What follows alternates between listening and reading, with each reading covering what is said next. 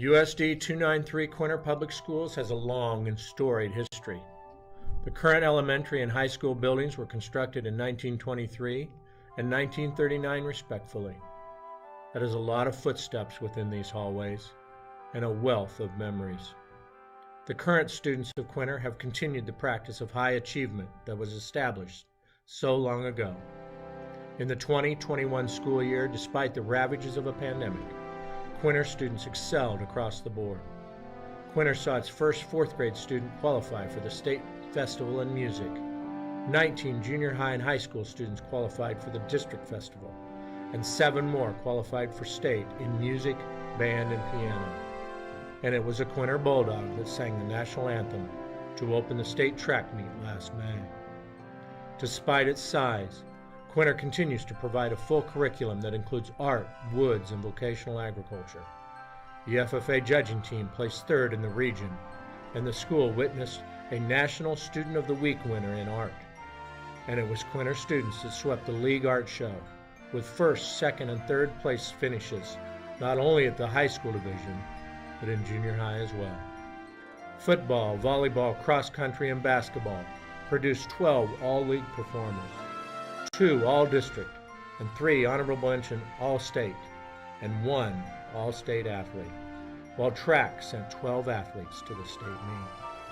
Cross country sent both the boys and girls teams to state, with 3rd and 7th place finishes respectively. And last spring, Quinter seniors earned over $728,000 in scholarship money. Here at Quinter, we recognize effort and revel in the excellence that effort brings. Go Bulldogs.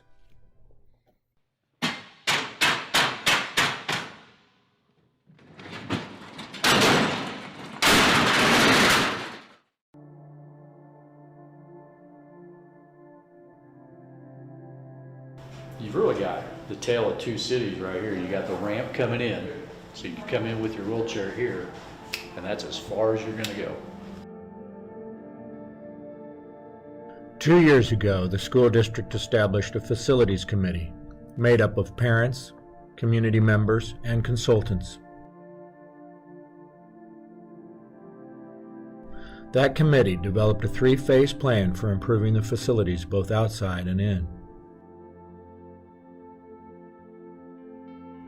Phase 1 consisted of a complete inspection of all components of the facilities.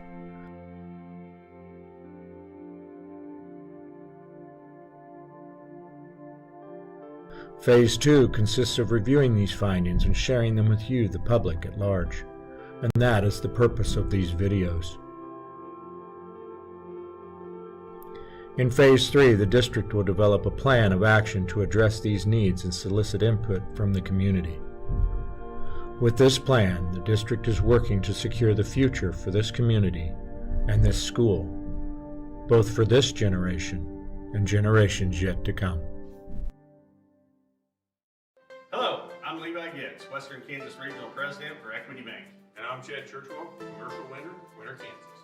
Equity means More response, more attention. more expertise. We are proud to support the communities in which we live and serve. And we are proud to support all of the Quinter athletic teams and we wish you the best of luck. Stop by and see us for all your banking needs. Go! Family Market in downtown Quinter is here to provide fuel for Bulldogs of all ages. Come in and check out our variety of fresh produce, the large selection from the meat department, or food from the deli section. Offering weekly specials, Family Market has your family covered. Shop local, where we provide friendly smiles, a warm welcome, and service you can't find elsewhere. Family Market, a locally owned grocery store, is a proud supporter of all things Bulldog and Bulldog Athletics. Gove County Medical Center would like to welcome podiatrist Dr. Robert Hens, who is now accepting new patients. This means you can receive high specialized care for many foot conditions such as sports injuries, foot and ankle pain, bunions, and many more. With Dr. Hens and on-staff providers, GCMC hopes to serve as a premier facility for podiatry. By extending this care in Quinter, you will not need to travel for your podiatry needs. Gove County Medical Center, dedicated. Kaiser Angus supports the Bulldogs in their academic and athletic achievement. Kaiser Angus is owned and operated by Daryl and Frina Kaiser. They have served many ranchers in the area and farmed in Gove County since 1990. The Kaisers offer and sell registered Black Angus cattle. They also look forward to being your new seed stock source. Look for their annual production sale the first Thursday in April. More information can be found at kaiserangus.com. Kaiser Angus is proud to support the Bulldogs in this tough year and looks forward to many more accomplishments to come. Kansas Land Bank is a locally owned community bank supporting community and school events. They are a full-service bank offering everything from ag loans to personal savings and checking accounts. Kansas Land Bank has a friendly staff that provides that personal touch.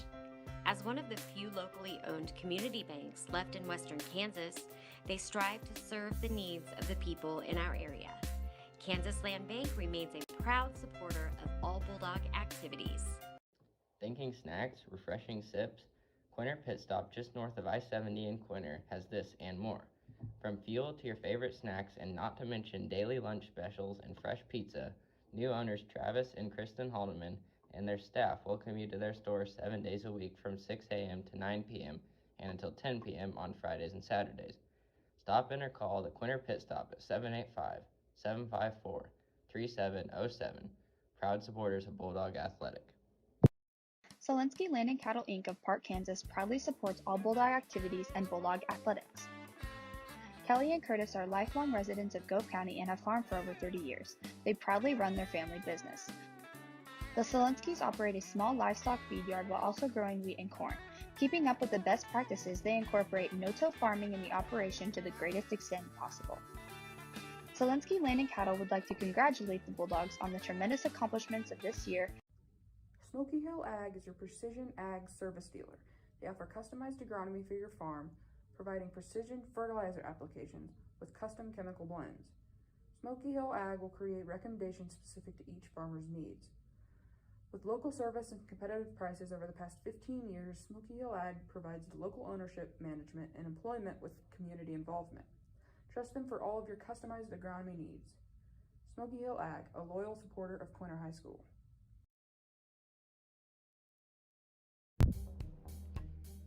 GG&T Cattle Company, owned and operated by Garrett and Crystal Worth, Reed and Jessica Worth, and Sydney Worth, is a place to go for all your cattle needs. They're the operators of a fourth-generation seed stock operation specializing in Solares, Angus, and optimized registered cattle. By improving beef genetics, we specialize in complete, balanced, and efficient cattle with calving ease performance and maternal traits. Be sure to join them February 24th, 2022 for their annual bull sale. Give them a call today. GG&T Cattle Company, proud supporters of the Bulldogs. Gove Community Bible Church, located in Gove, Kansas, is a Jesus-driven community that is proud to support the Quinter Bulldogs. We offer worship on Sunday mornings at 10:30 a.m. If you would like to know more about our church, visit our website at www.govecbc.com or download our Faith Life app from the QR code. Be sure to follow us on Facebook as well. Good luck, Bulldogs.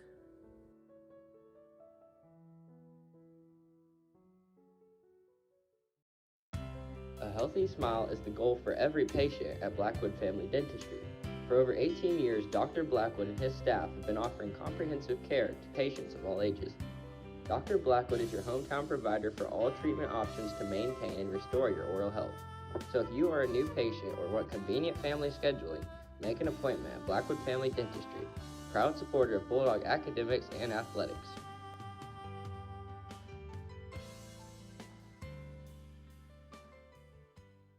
Providing clients with the knowledge they deserve and the coverage they desire, Kendra Salyers Barnes with Farm Bureau Financial Services specializes in excellent customer service, integrity, and accountability. She has dedicated over 20 years to serving Northwest Kansas communities.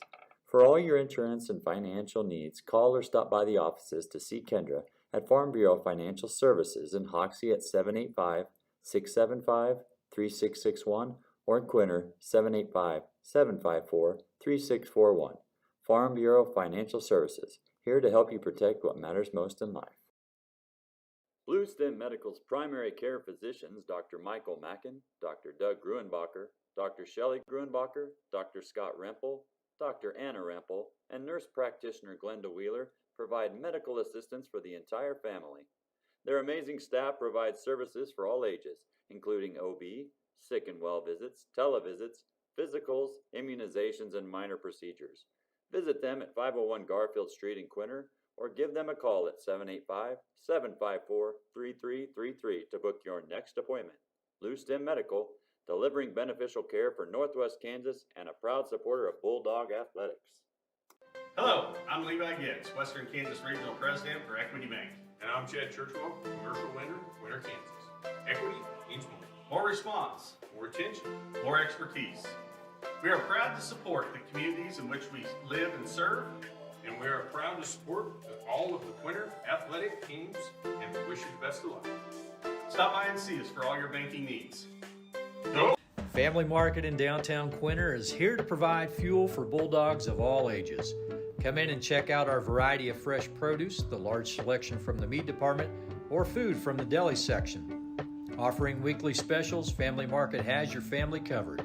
Shop local, where we provide friendly smiles, a warm welcome, and service you can't find elsewhere.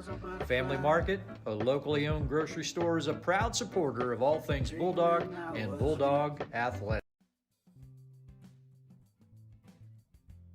Gove County Medical Center would like to welcome podiatrist Dr. Robert Hens, who is now accepting new patients. This means you can receive high specialized care for many foot conditions such as sports injuries, foot and ankle pain, bunions, and many more. With Dr. Hens and on-staff providers, GCMC hopes to serve as a premier facility for podiatry. By extending this care in Quinter, you will not need to travel for your podiatry needs. Gove County Medical Center, dedicated to healing through caring. We are GCMC. Good evening, prep football fans. Welcome to Quinter, Kansas, where we are here for the first round of the Keisha 8-man Division II football playoff. I'm David Jenright alongside Jackson Webb and the rest of the Tiger Media Network crew. We're here for the 7-1 Quinter Bulldogs playing host to the 4-3 Minneola Wildcats. Both teams have a little bit of momentum coming in these playoffs. Quinter coming off of a 48-0 win over Logan Palco last week. Minneola coming off of a 54-18 win over Satanta High School. Jackson, how's this matchup look and feel for you? Yeah, David, thank you so much. I'm glad to be with you tonight, but you can't beat playoff football. Honestly, it's the best time of the year, and really, we have a great night for it. We'll get the weather report here shortly, but it is just a little bit windy, but great sun. The sun's out and shining, and the guys are ready to play. I'm super excited for this one, and the first thing that jumps out to me is Quinter High School. Their record so far this year, 7-1, great momentum into the playoffs like you mentioned earlier, riding a 4-game win streak. Only one loss on the season, came to a very physical Wheatland-Grinnell team. And then also on the other side, you got Minneola that just had a nice win over Satanta last week. I'm really excited for this one, but I think Quinter's going to have the upper hand. They are very physical, and they have a very good pass game. Thanks, Jackson. Like you said, we'll get to the weather here. KWCH bringing you a weather report. We'll be right back after that. Now, your accurate Storm Team 12 forecast.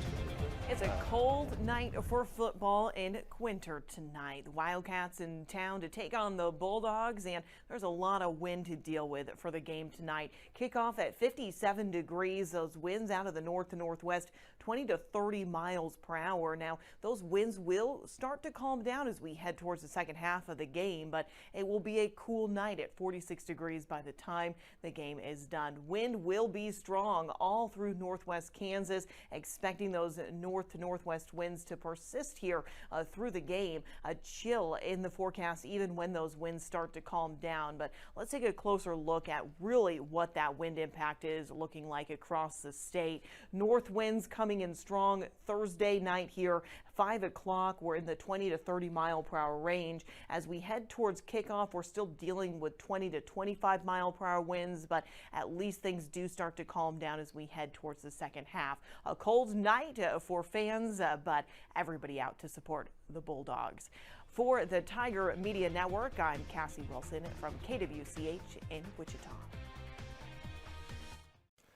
Welcome back yet again here in Quinter, Kansas. David Jenright alongside Jackson Webb for some Keisha playoff football here in 8-man Division II. We've got the Bulldogs and the Wildcats of Minneola. Jackson just talked about the season that Quinter has had. They're facing a 4-3 Minneola team. Lakin Getz looking to get this one away for the Bulldogs. We're ready for it just as much as you are. This one returned at about his own 5. The Wildcats had a good hold there, but it looks like Mason Pfaff not quite able to find much after the initial wall was built for the Wildcats. What do you expect to see here on defense, Jackson? We'll see a heavy dose of Lakin Getz, a young guy for the Quinter High School Bulldogs, but man, he plays like he's an upperclassman. Super physical and definitely one of the most physical and just fierce linebackers I've seen this fall so far. Like you said, he's doing a fantastic job, and this offense for the Wildcats has a -3 turnover ratio on the season. So we see first play here, a little bit of movement. We've got offsides on the defense there. Nice hard count from the Wildcats. Get positive yardage on not even the first play of the game, moving forward without even having to snap the ball yet. So we'll get our real first play here. Same formation for the Wildcats. Dropping back, sophomore quarterback hands it immediately and dropped in the backfield is Mason Pfaff, the return man. He takes the first handoff and he gets dropped immediately. Yeah, like we said, Lakin Getz is going to be the leader on this defense, and I believe right there him and Braden Polifka combined to make a nice tackle on the first play. Might be saying both of those names a lot tonight. Polifka, menace on the D-line, as well as Getz, like Jackson said, at the linebacker spot. This time they'll take it in the gun. The Wildcats, it's the sophomore quarterback, Eli Lang, keeps it himself. And he gets his way up to about the 31 before he's brought down. Brings up third. Yeah, good run right there by Lang. Usually you see a younger guy kind of run timid and use jukes, run east and west, but good speed right there by Lang. He gets downhill quite a bit after he evaded the defensive line. And another thing with Lang, you and I talked about it a little bit right before we got on the air here, is he's a sophomore, and this is a pretty young team in Minneola, and we were interested to see how they were going to come out and play in this environment of Quinter being such a young team. Like we've said, third down now, 3rd and 1 for these Wildcats. They're going to wait till the downfield official throws his hand up for the game clock, excuse me, the play clock. This is a handoff to the upback, that upback Ryan Renner. Excuse me, that was 1-2, not 4-2 that carried that ball. That was Brayton Duell. He picks up an easy first down there. Good job by the Wildcats. Come in here to Quinter. They're definitely, the underdog, but they're not phased at all. Get a nice first down on their first possession, and they're taking their time, too. That's something I like to see. Yeah, like you said, doing a great job on their first possession. That's something that since I've started coming to Quinter and watching this team, not a lot of teams have had success coming out first drive and getting positive yardage. So nice job for Minneola. Lang again in the backfield. Shotgun, keeps it himself again. Might see a heavy dose of that this evening, the little quarterback keeper from Lang as he picks up 4 there on the first down. Good tackle by Ethan Gruenbacher, though. It's not easy coming from the corner spot, but the wide receiver, Mason Pfaff, didn't get his block on Gruenbacher quite quick enough, and he was there to make a nice tackle. One thing kind of resonating with me, Jackson, what you said earlier about them taking their time is this Quinter offense is so explosive, and you see this a lot with teams with explosive offenses. They might just take their time all night, try to keep the ball in their own hands. I think you're right, David. They're going to try and play a little bit of keep away with Quinter all night. But if they keep running that play, like we mentioned earlier, Polifka again coming out of the bottom of that pile. Braden, the junior, making the tackle at the line of scrimmage. That play went nowhere immediately.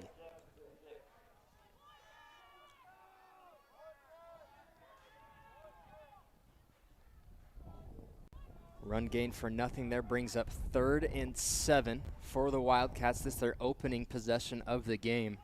I can remember last week against Logan Palco when we had 8.5 minutes left in the first quarter.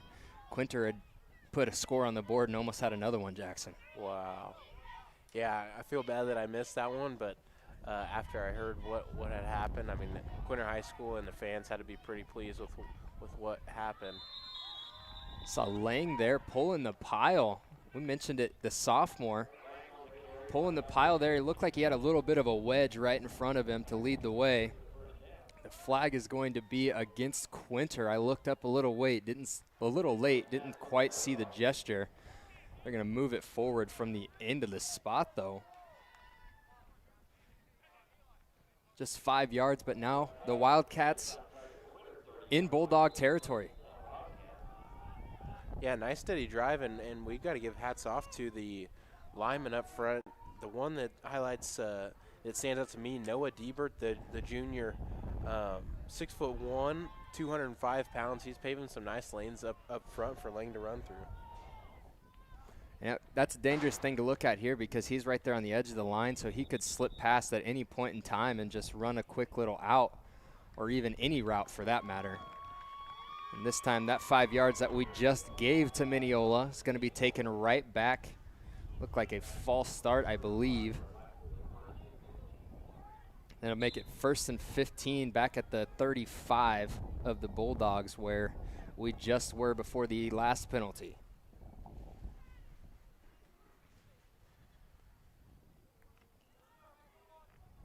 Not something you see a whole lot in 8-man football is a team that likes to drain the clock like this, take their time getting to the line of scrimmage. It's the Wildcats in the shotgun again. This time Lang won't keep it, and the defense bid on Lang hard. Big run right there to get the first down and those penalty yards right back from Brayton Duell, the senior, excuse me. Nice hard run right there, and the speed impressed me by Duell. He's a bigger guy, but he shows off the speed right there and picks up the penalty yardage, like you said, and the first down. So we've already seen a little bit of a twist in that offense that the Wildcats run, as they rely heavily on that sophomore quarterback, Eli Lang, as he leads the team in rushing with 1,389 yards coming into this game, averaging almost 200 a contest. That time it was just a quick give instead of keeping it himself, and here we see him keep it himself again. It looks like the Bulldogs were definitely prepared for Eli Lang to keep it himself tonight. Yeah, they knew what was coming on that play. They'd been fooled the play before, but right there they had Lang's number.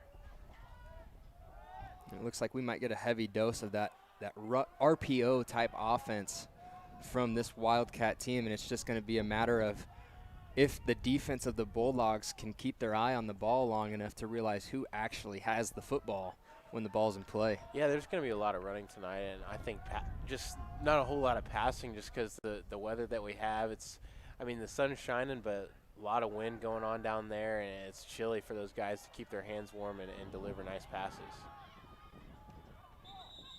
Right there again, Duell, you said he's a bigger guy, and he's pulling the whole pile. Still never hit the ground there, but they got 2 flags down in the backfield, both thrown at the 18. It's going to be a holding against the Wildcats. Comes at a crucial time, too, because they were really driving, and this might be the momentum killer that really shoots them in the foot. Yeah, that last play would have got him inside the 10 yards as before Duell was finally held up, and he was moving along very well, very easily.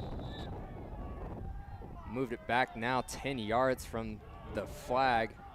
It's going to make it 2nd and almost 20 now. Let's call it 2nd and 18 for the Wildcats coming up here on offense in the shotgun again. Duell and Lang in the backfield. Dynamic duo we'll probably see a lot tonight. Duell leading the way, Lang just following. It's Polifka, the first one there to slow him down in the backfield. Gain of about only 1 there on that quick run. Might see the first pass all night on this play. Long yardage situation, and we'll see what Minneola has drawn up right here. But in the pregame, we saw Lang. He was delivering some darts when they were warming up. He had a nice, smooth delivery from the left side. They could easily go through the air here. Let's see if they do here on 3rd and 20 from the 30-yard line. Lang in the shotgun. He's going to keep it himself and put it on the ground again. And like I said, this Bulldog offense well prepared for that action as they bring him down with little to no gain at all on that play. That one kind of leaves me scratching my head just a little bit. You run a little read option or just a quarterback keep, but you run it to the short side of the field. You like to get Lang out in open space and run it to the opposite side with more room to roam, but might see a pass here, but if they play it smart, they could pin Quinter deep. That would be pretty nice. Yeah, a little bit of interesting field position here, just inside the 30. Could probably let that sophomore quarterback maybe try to pooch this thing inside the 10. He's just going to drop back to pass here. Looking deep. Tight spiral, it's up there. Oh, good defense from the Bulldogs. Trace Quinter connects, to be specific. Timed that one up perfectly. Got his hands in there and knocked it away from the intended receiver. That intended receiver, Noah Diebert, who we talked about earlier. This time he did slip off the end of that line there. Got into the end zone, and like we said, Quinter connect, good play there. Yeah, good defense right there, and the pass was on the money. It was a good pass and a perfect spiral, so we might see the pass game open up for Minneola on their next drive. But they put together a very good first drive. One of the better first drives I've seen put up against Quinter all year. But Havlis, first play for the offense. Hits Quinter connect on the fly. One play, one score for the Bulldogs. Havlis to Quinter connect. Nice pitch and catch right there. And like we were just talking about the pass game for Minneola and how good it is, but Quinter, they must have heard us and they topped it all off. Nice play right there by the Bulldogs. Just one up in the Wildcats. That's something you and I talked about earlier with it being so windy, Jackson, as if we'd see a lot of throwing tonight, and Quinter put that to rest for us very quickly. First play. The 2-point conversion coming now. It's going to be blown dead before it ever gets started. Call a false start again. Yeah, 5-yard penalty there. Quinter's going to try again, this time from about the 8-yard line rather than the 3.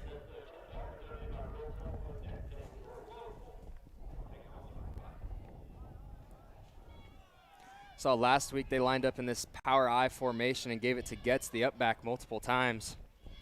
See what they decide to do here. Havlis again going to throw. Has Riedel in the end zone just through his outstretched hands. Good route, good throw, just through the hands of Riedel. But we're through almost 8 minutes of play here in the first quarter, and Quinter up 6-0 on the Wildcats of Minneola. We'll take a quick break. We'll be right back after this. A healthy smile is the goal for every patient at Blackwood Family Dentistry. For over 18 years, Dr. Blackwood and his staff have been offering comprehensive care to patients of all ages. Dr. Blackwood is your hometown provider for all treatment options to maintain and restore your oral health. So if you are a new patient or want convenient family scheduling, make an appointment at Blackwood Family Dentistry, proud supporter of Bulldog academics and athletics.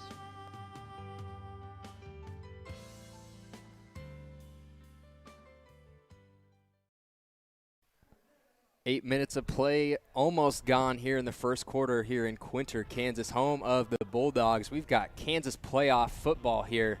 Alongside Jackson Webb, I'm David Ginwright, and we saw a very long, methodical Wildcat opening drive, one of the better opening drives we've seen against this Quinter defense. And Jackson Quinter came out and answered right away. We weren't even sure if they were going to be able to throw the ball. Yeah, I think they had that whole drive by Minneola to plot what they were going to do once they got the ball, and as soon as they did, they executed it to perfection. You can't ask for anything better from your quarterback. Preston Havlis, one play, one score, a beautiful delivered ball to Quinter connect out of the backfield.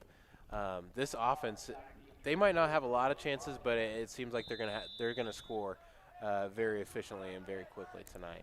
Yeah, they're definitely going to make the most of each one of those chances they receive tonight, as Getz is going to boot this thing away. And it's got some distance on it all the way through the end zone. We talked about the wind a little bit, and you can take a look on your screen there. Those pylons through the end on the back end of the end zone also blown almost sideways because that wind's been blowing so hard. So we'll see a touchback here. Haven't seen one of those on this 80-yard, 8-man football field for a little bit. We'll see if Minneola can come back out on offense and try to maybe convert on the Bulldogs side of the field, because it seems like almost as soon as they got onto the Bulldogs territory is when the offense started to stutter. Yeah, they had a few costly penalties too once they got down there. Right there, flag again. We've seen a lot of laundry thrown in the field already. That run by Duell, but we'll see if it's coming back or not. We've got a hold on the offense. It will be coming back. So the 4-yard gain for Dual, all for none, as this flag is thrown, and it's going to be a 10-yard penalty against the Wildcats. It's going to move them back to, based on the spot of the flag, it's going to move them back inside their own 10-yard line now. And Jackson, we've seen this Quinter defense make a few big stops as well as get into the backfield multiple times this season.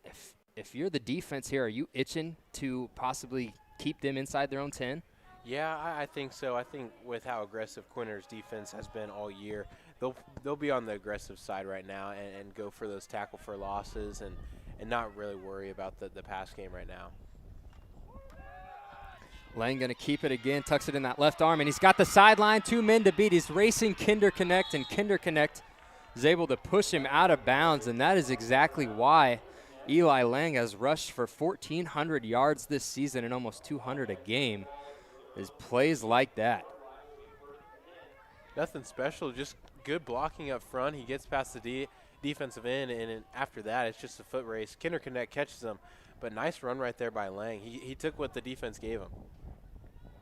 And at this point against the Quinter team that's rolling the way they have been these last 4 weeks, that's all you can do if you're the Wildcat offense, is take what this defense gives you.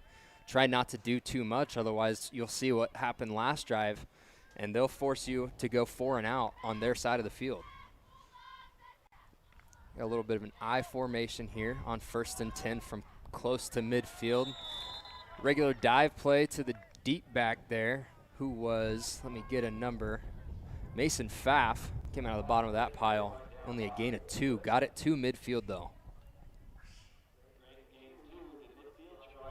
That one, you see the defensive lineman get off the ball just a little bit better than the O-lineman for Minneola, and it kind of creates a crowd and a pile and nowhere to run for the Wildcats. Good defensive jump up there on the front line for Quinter. We've seen this a few times now, this power I formation. We've seen it go to each one of the players in the backfield when they go here. This time it's to the deep back again, and it's going to be the same result as the last play, except less. He gets 1 yard on this play instead of 2, and this Quinter defense is ready for the run if it does not include Eli Lang.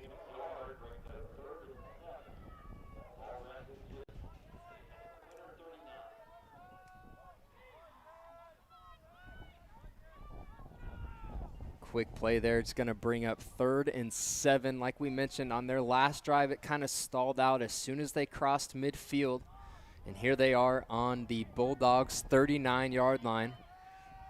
Wildcats in that shotgun formation. Lang going to take the snap. He's not even going to look up and fake. He's just going to tuck his head and go. He's going to be stopped short of the first, but that's exactly what they wanted here on 3rd down, don't you think, Jackson? Yeah, I think Minneola will see a lot of 4 downs. I don't think they'll be punting all that much tonight. They're definitely the underdog, and they're going to play like it. They're playing smart. They're taking their time, thinking about each play call. But I think they're definitely going to be going 4 down territory here. They got 4th and 3 now at the Bulldogs' 35. 3 yards has not been too difficult to come by for the Wildcats up to this point. It's a matter of keeping it clean when you do get those yards. Lang gonna fake to his right, keep to his left. He's brought down. It looks close, but the spot is gonna be a yard past the 1st down marker, and this Wildcat offense gonna stay on the field on the 4th down conversion. Good job right there by Minneola. Even Quinter knew what was coming. On 4th down, you best believe that they're going to go right to their quarterback. They do, and they still couldn't stop it. You saw there on the tackle, you mentioned the name earlier, Ethan Gruenbacher, the cornerback. He's done a terrific job. He's just reading the plays immediately, and when you've got a guy who's thrown for 600 yards compared to rushing for 1,400 yards, you have a generally good idea of what he's going to do as soon as he steps into that backfield and takes the ball. We'll see again which one of those backs behind might get the opportunity to have this play. Power I, Lang, going to turn, give to the up back, and he's cut down immediately. The linebacker we talked about earlier, Lakin Getz. Yeah, not an easy task at all to bring down number 12 Dual, but Lakin Getz makes it look easy on that play. See right there on the replay, he went right by 2 offensive linemen and just cut low. That's what they tell you in football, low man wins, and right there Lakin Getz proved that. Like you said, Duel's a big guy, tough to bring down, and Lakin Getz went low and showed us why they tell you low man wins. As Lang's just going to keep this one again and try to get to the outside, and can't get a whole lot beyond the line of scrimmage there, as they've got the edge contained pretty well right now. Yeah, they'll try and convert for their second time on 4th down on this same drive once we get the quarter switch. That's the end of one here in Quinter, and we've seen one offensive drive from the Bulldogs putting 6 on the board, and we're in the second for the Wildcats. We'll take a break with the rest of the people on the field. We'll be right back when we start the second quarter. Providing clients with the knowledge they deserve and the coverage they desire, Kendra Salyers Barnes with Farm Bureau Financial Services specializes in excellent customer service, integrity, and accountability. She has dedicated over 20 years to serving Northwest Kansas communities. For all your insurance and financial needs, call or stop by the offices to see Kendra at Farm Bureau Financial Services in Hoxie at 785-675-3661 or in Quinter 785-754-3641. Farm Bureau Financial Services, here to help you protect what matters most in life.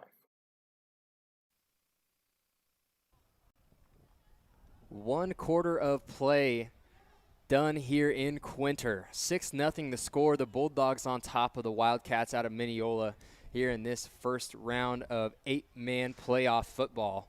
Jackson, what are your thoughts now that we've got a quarter of play in? Both teams probably have that pregame jitter out, being the first game of the playoffs. What are you seeing? I thought coming into this game that Minneola might have the jitters, especially being led by a young quarterback, just a sophomore. But they're playing really, really well right now. I like their game plan that they have. You know, when you're an underdog, you don't want to go out and try and, outdo yourself or get out of your game plan. And Minneola's sticking to themselves right now, and it's helping them out right now. Just down by 6 to a team that's only got 1 loss in the entire season. They keep doing what they're doing. They're in good position to come out here in a good way. You saw right there, Lang tried to do the same thing they've tried to do all night. He just let that offensive line form into a wedge, and he pushed right behind him, trying to push him forward. And Polifka came on the backside of that play there and knocked him short, forcing 4th down yet again for Minneola. This is roughly the same area of the field where they were when they turned it over on 4th down on their last drive as well. This is when we saw them throw the ball for the first time and only time up to this point. Yeah, they might do it. Last time they went to number 10, Noah Diebert. They might go to him again. Lang alone in the backfield. He is going to drop to pass this time. Looks to his left side. He has Duel wide open. Duel breaks the tackle, finally brought down by the second guy. And Duel right there was wide open, making that catch, getting another 4th down conversion for the Wildcats. Yeah, good play design. The first time they had 4th down, they went everybody deep. This time, very nice design. They just go curls. You see it right there. Him and number 10, Noah Diebert, I had my eyes on him as I thought that they would go to him on 4th. But those two, they just curled up right where the first down sticks were. Great design, and they get it. Nice little action there. Sidelines just staying short, and they sent the middle of the field deep, try to attack those safeties. We're going to line up here. They are just outside of the 10-yard line. That first down marker is on the 1-yard line. So see if Minneola can convert inside the red zone. As Lang in the shotgun, 1 man to his left. He's just going to follow again that line of scrimmage, who's been doing a good job all night. And Lang gets 7, maybe 8 there on the run and gets inside the 5 now. Yeah, that one looked a little bit different to me. Usually they're straight right ahead, and the running back will lead the way. But on this one, you see Pfaff kind of take off near the outside, like it could have been an option. So we might watch that over the next few plays or the next few drives. Yeah, he had his head turned like he was waiting for a pitch at any point in time as well. Like you said, that's something that we'll definitely have to watch out for, possibly a big play opportunity for the Wildcats setting up this offense. So again in the shotgun, 2 receivers on the far side. Low snap, giving it right away to Duel. And he's able to fall forward for what looks like an extra 2 yards from the original point of contact. It'll be close, but they're saying no first down yet. But an easy 3rd down and 1 that they'll have up in front of them. Yeah, nice run right there by Minneola. They're getting good blocking up front, and it's not easy because you have to go through Braden Polifka and Lakin Getz, but right now they're holding their own against Quinter's defensive line. Yeah, this is about the most movement possibly that we've seen against this Quinter defense besides when they played Wheatland Grinnell this year. This defense has been extremely stout all year long. They've been really hard to take down, but Minneola is giving them their best shot right now. This one handed off to the deep back again. I'm going to call this one short of the orange goal line that you see down there. Brought down by Getz. They're going to call it first down. So now they've got 1st and goal from what right here looks inside the 1-yard line. 4 plays to go for half a yard. I think we're going to see probably the same thing, maybe just switch up the direction. Instead of going on the right side, they might do the same thing just to the left. I know if I was the OC right now, I'd probably be doing the same thing. The old saying, if it isn't broke, don't fix it. And right now, Minneola's offense definitely isn't broken. Again in that I formation. Lang keeps it himself this time, and he's in easy. Touchdown for the Wildcats, and they're going to tie this one up here in Quinter. A nice long drive there yet again from the Wildcats, and this time they capitalize. My oh my, Minneola, their drive right now just really opened my eyes. They called the perfect plays at the perfect time, and they just used the down and distance to their advantage. They had 3rd down and 1, run a nice fullback dive up the middle. Then they get 1st down and goal. They run a quarterback sneak on short yardage. 4th down, they convert once on a nice called a pass play. Minneola's looking really good right now. And right there, we're going to keep this score tied at 6-2. Lakin Getz says no to Brayton Duell. We'll take another short break here before we get back to the action. It's 6-6 here in Quinter. Blue Stem Medical's primary care physicians, Dr. Michael Mackin, Dr. Doug Gruenbacher, Dr. Shelley Gruenbacher, Dr. Scott Rempel, Dr. Anna Rempel, and nurse practitioner Glenda Wheeler provide medical assistance for the entire family. Their amazing staff provides services for all ages, including OB, sick and well visits, televisits, physicals, immunizations, and minor procedures. Visit them at 501 Garfield Street in Quinter, or give them a call at 785-754-3333 to book your next appointment. Blue Stem Medical, delivering beneficial care for Northwest Kansas and a proud supporter of Bulldog Athletics.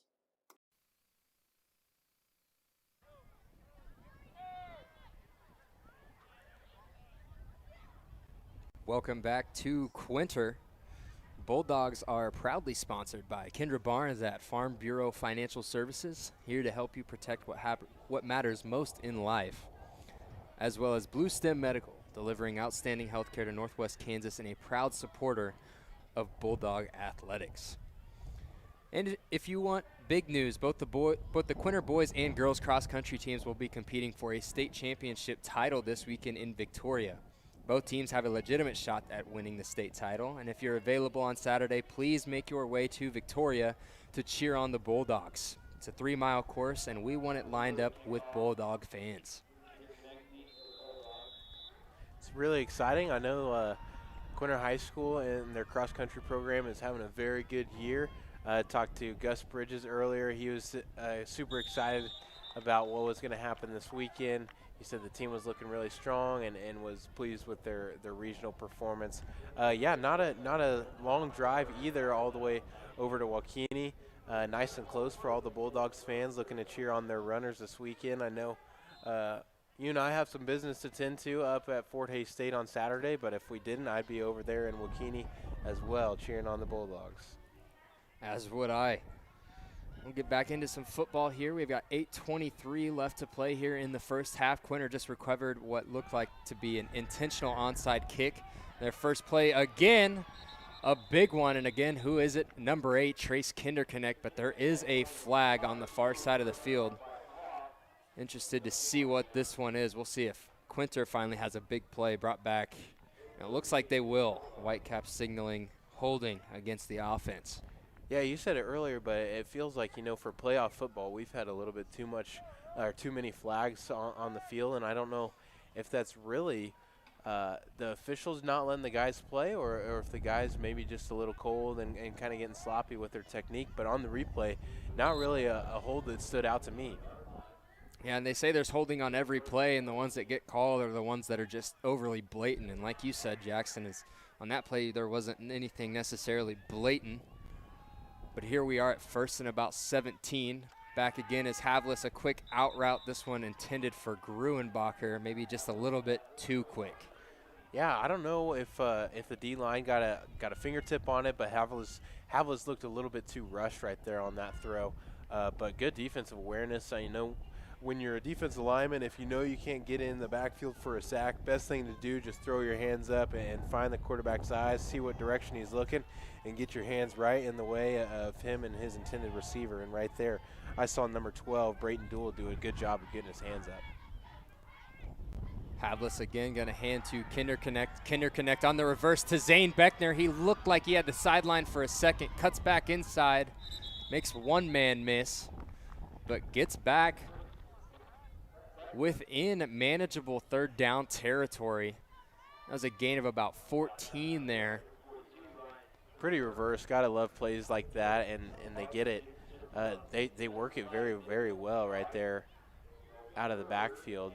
Beckner, like you said, if he's able to shake probably 2 more tacklers, he might have been off to the end zone. He had good eyes. Eyes were up the entire time there, even when he saw that his sideline was quickly depleting in front of him.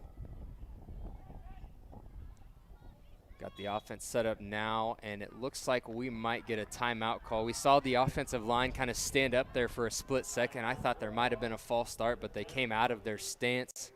So they were trying, it looked like, to get Minneola to jump offside so they didn't have to earn this 4 yards.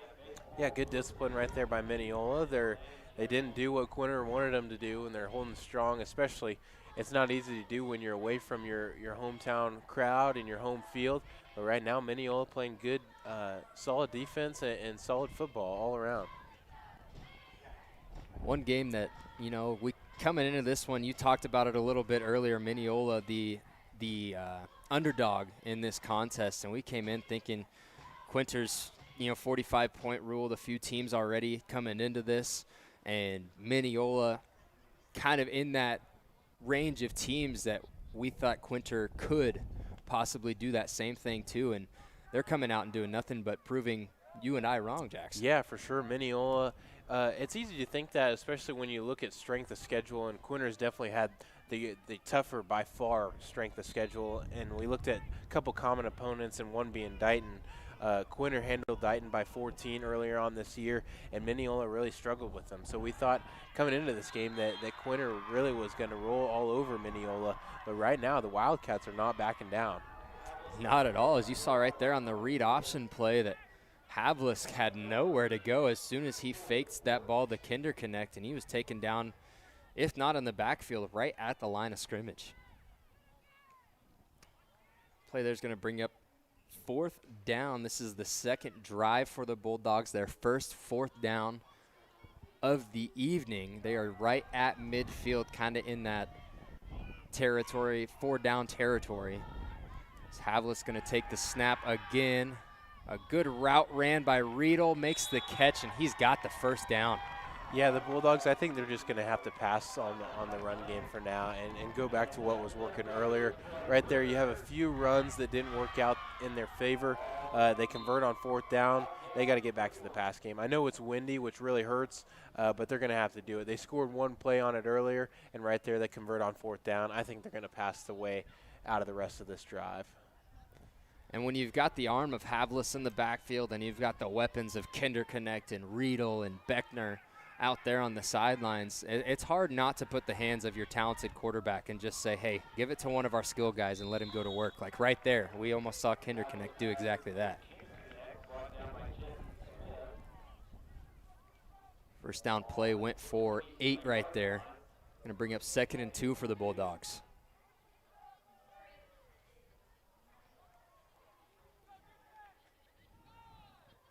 Haven't seen a lot of these long, methodical drives from Quinter, and at this point, we're only 2.5 minutes into the drive, but for the Bulldogs and their explosive offense, that is almost long and methodical. Yeah, it is a long drive for Quinter, especially, the plays that they've been able to score on earlier this year. That right there, a nice little bubble screen. You saw the offensive line immediately start running upfield. They let those D linemen get to him, and that was an easy call for the White Hat in the backfield. They hit Havlis very late. He got rid of it, gets hit. That's a personal foul, roughing the passer. And despite the completion, they're going to gain some more yards on the end of this one. This one goes from being completed and down at the 15-yard line. They'll do half the distance. Going to put it at the 7.5-yard line. First and goal now for the Bulldogs off of that bubble screen and penalty.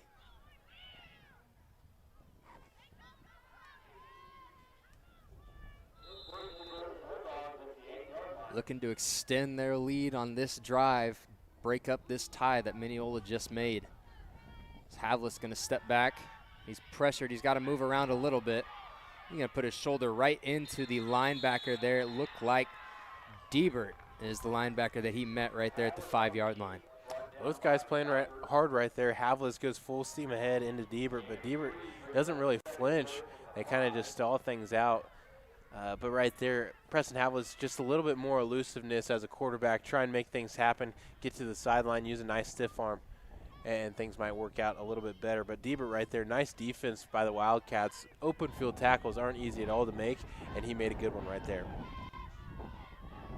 See if this Wildcat defense can hold tall inside their own 10-yard line. Here's Havlis, takes the snap. It's a quick one to Kinderknecht, and Kinderknecht has Kaiser as his lead blocker. Makes a move inside and scores. Kinderknecht again, the receiving man for that touchdown. This one a rushing touchdown for the sophomore. Good play design right there. They have two pulling guards out in front of him. Nice block right there right before the goal line, and just use that second effort to get across and into the end zone. Kinderknecht now got 2 touchdowns as we line up for this 2-point conversion. That I formation yet again for the Bulldogs. They fake it to the up back, gets a great fake there. They had half the defense on him, and Kinderknecht going to put 2 on. He's going to make this score 14-6. We've got 4.5 minutes left to play here in the first half. We'll take a quick break with them. We'll be right back after this. Hello, I'm Levi Gibbs, Western Kansas Regional President for Equity Bank. And I'm Chad Churchwell, commercial lender, Quinter, Kansas. Equity means More response, more attention, more expertise. We are proud to support the communities in which we live and serve. and we are proud to support all of the Quinter athletic teams and we wish you the best of luck. Stop by and see us for all your banking needs. Go Bulldogs!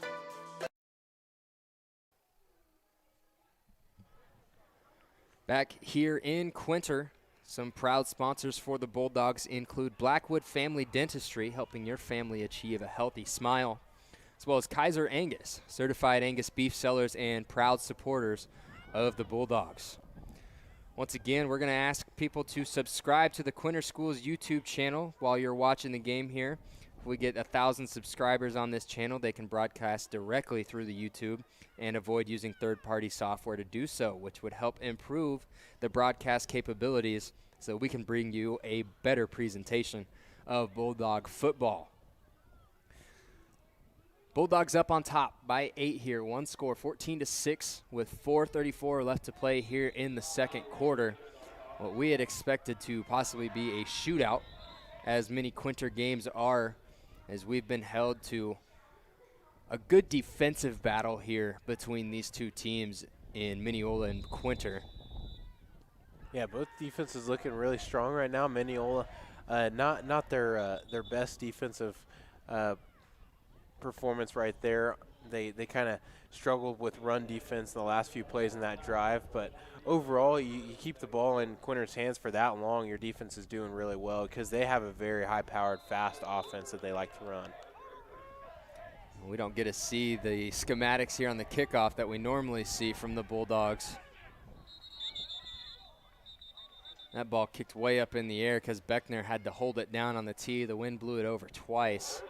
Fair caught in the air there by the Wildcats on their own 32, so some good starting field position. Last drive they were able to convert, able to get over those woes, if you will, from being in Quinter territory like on the first drive. They've got 2 drives down now. They've already scored once.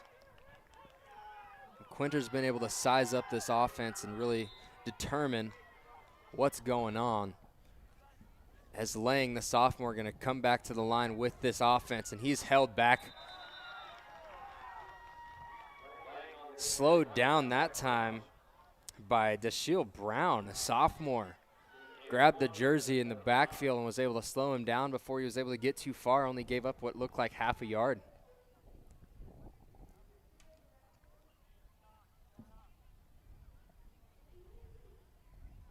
We said earlier, Minneola just taking their time here, and as they should, because we've talked a lot about this Quinter offense being extremely explosive, and they only took 4 minutes off the clock on their last drive, and you and I talked about how that was long and methodical for Quinter.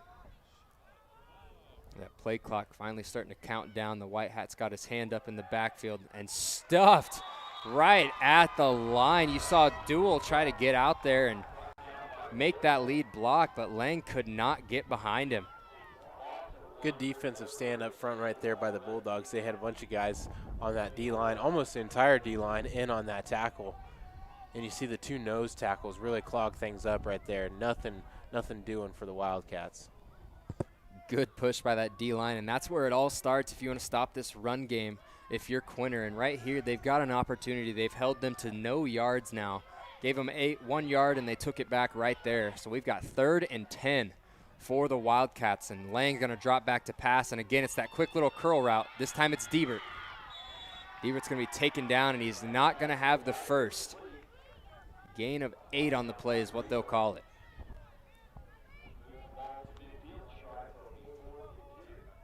Nice gain, though. They've had success with just simple routes. They ran a go earlier on, and that one just a nice curl. They ran another curl to perfection earlier.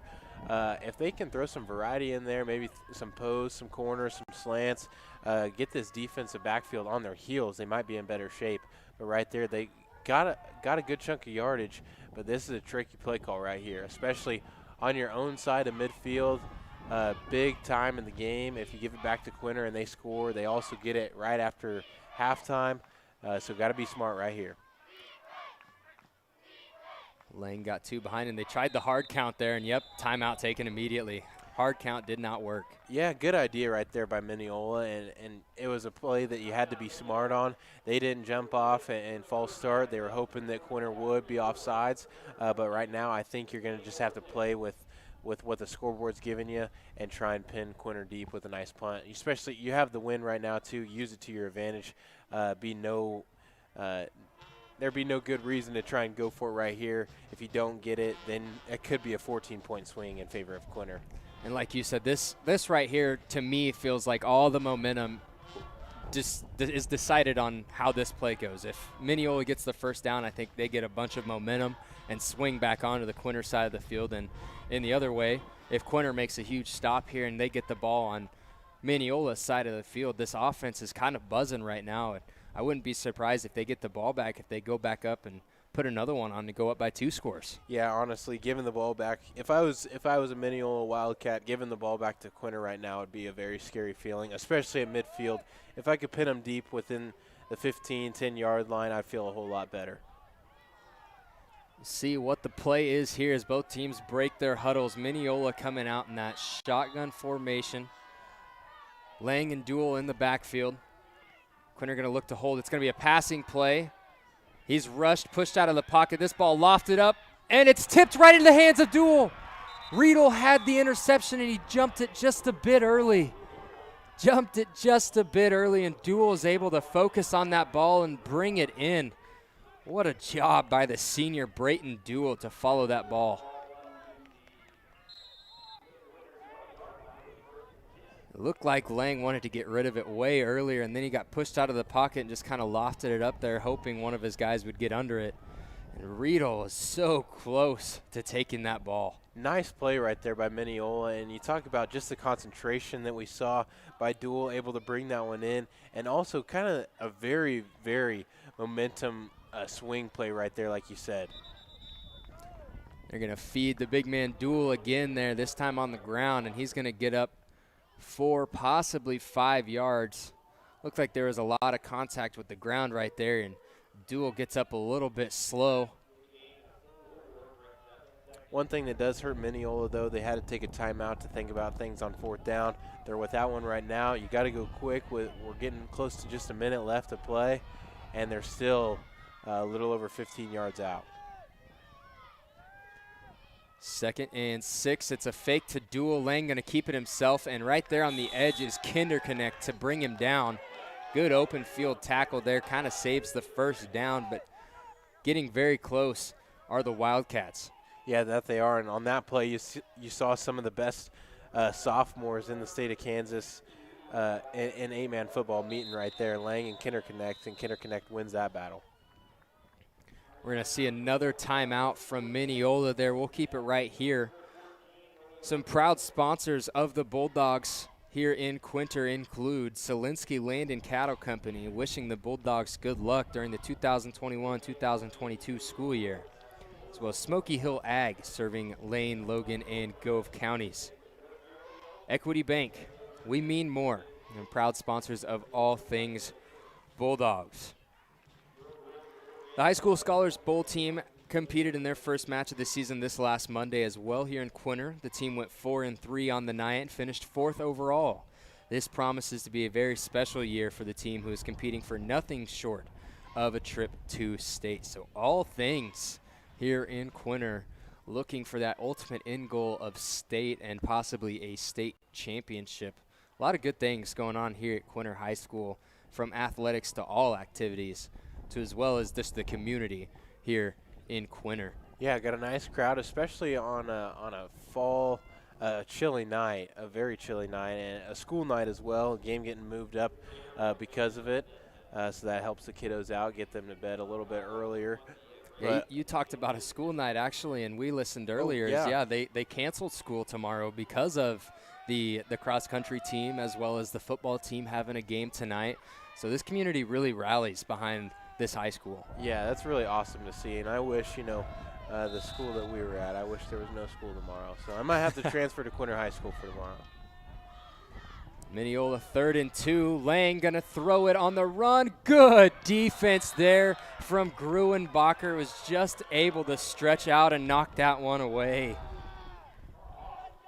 Big play right there, and we have another one coming with 4th down and short and just 33 seconds left. 33 seconds here. It's 4th and goal for the Wildcats, and Quinter's going to have the ball after halftime, as well as right here, if they do not convert, the Wildcats, and tie this thing up or possibly bring it within 2 points, this game could get out of hand, because Quinter has all 3 timeouts with 30 seconds if they get the ball back here. Minneola going to try to prevent that. The snap is muffed, and he is stopped in the backfield, and that's a huge turnover on downs for the Bulldog defense. Yeah, it is. Minneola is going to have to rely on their defense to hold steady and hold strong for 27 seconds, but that play was over as soon as it started. Hardly ever will you get a positive play when you fumble the snap right there, just a little bit low. They haven't had issues with that all game, but right there it happens at the worst possible moment for Minneola. Huge break right there for the Quinter Bulldogs, and they were all over Lang. It's exactly what you hope for if you're this Bulldog offense, and instead of being aggressive with 30 seconds left, looks like the Bulldogs are just going to put this one on their knee one time and take it into the locker room for halftime. And both teams heading that way with time still on the clock, and the officials aren't stopping them. So that's going to be the first half here in Quinter. Low-scoring affair, something we're not used to see here in Quinter. It's 14-6 after the first half of play. The Bulldogs on top of the Wildcats. We'll be back with you before too long here at halftime. We'll give you a quick rundown of the first half and a preview of the second half. We'll be back in just a moment. Family Market in downtown Quinter is here to provide fuel for Bulldogs of all ages. Come in and check out our variety of fresh produce, the large selection from the meat department, or food from the deli section. Offering weekly specials, Family Market has your family covered. Shop local, where we provide friendly smiles, a warm welcome, and service you can't find elsewhere. Family Market, a locally owned grocery store, is a proud supporter of all things Bulldog and Bulldog athletics. Gove County Medical Center would like to welcome podiatrist Dr. Robert Hinz, who is now accepting new patients. This means you can receive high specialized care for many foot conditions such as sports injuries, foot and ankle pain, bunions, and many more. With Dr. Hinz and on-staff providers, GCMC hopes to serve as a premier facility for podiatry. By extending this care in Quinter, you will not need to travel for your podiatry needs. Gove County Medical Center, dedicated to healing through caring. We are GCMC. Kaiser Angus supports the Bulldogs in their academic and athletic achievement. Kaiser Angus is owned and operated by Daryl and Frina Kaiser. They have served many ranchers in the area and farmed in Gove County since 1990. The Kaisers offer and sell registered Black Angus cattle. They also look forward to being your new seed stock source. Look for their annual production sale the first Thursday in April. More information can be found at kaiserangus.com. Kaiser Angus is proud to support the Bulldogs in this tough year and looks forward to many more accomplishments to come. USD 293 Quinter Public Schools has a long and storied history. The current elementary and high school buildings were constructed in 1923 and 1939 respectively. That is a lot of footsteps within these hallways and a wealth of memories. The current students of Quinter have continued the practice of high achievement that was established so long ago. In the 2021 school year, despite the ravages of a pandemic, Quinter students excelled across the board. Quinter saw its first fourth grade student qualify for the State Festival in Music. 19 junior high and high school students qualified for the District Festival, and 7 more qualified for state in music, band, and piano. And it was a Quinter Bulldog that sang the national anthem to open the state track meet last May. Despite its size, Quinter continues to provide a full curriculum that includes art, woods, and vocational agriculture. The FFA judging team placed 3rd in the region, and the school witnessed a National Student of the Week winner in art. And it was Quinter students that swept the league art show, with 1st, 2nd, and 3rd place finishes, not only at the high school division, but in junior high as well. Football, volleyball, cross country, and basketball produced 12 all-league performers, 2 all-district, and 3 honorable mention all-state, and 1 all-state athlete, while track sent 12 athletes to the state meet. Cross country sent both the boys and girls teams to state, with 3rd and 7th place finishes respectively. And last spring, Quinter seniors earned over $728,000 in scholarship money. Here at Quinter, we recognize effort and revel in the excellence that effort brings. Go Bulldogs.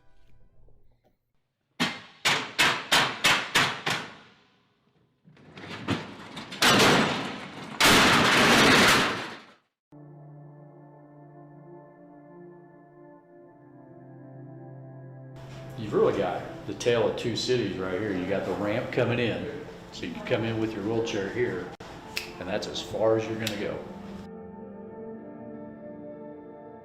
2 years ago, the school district established a facilities committee made up of parents, community members, and consultants.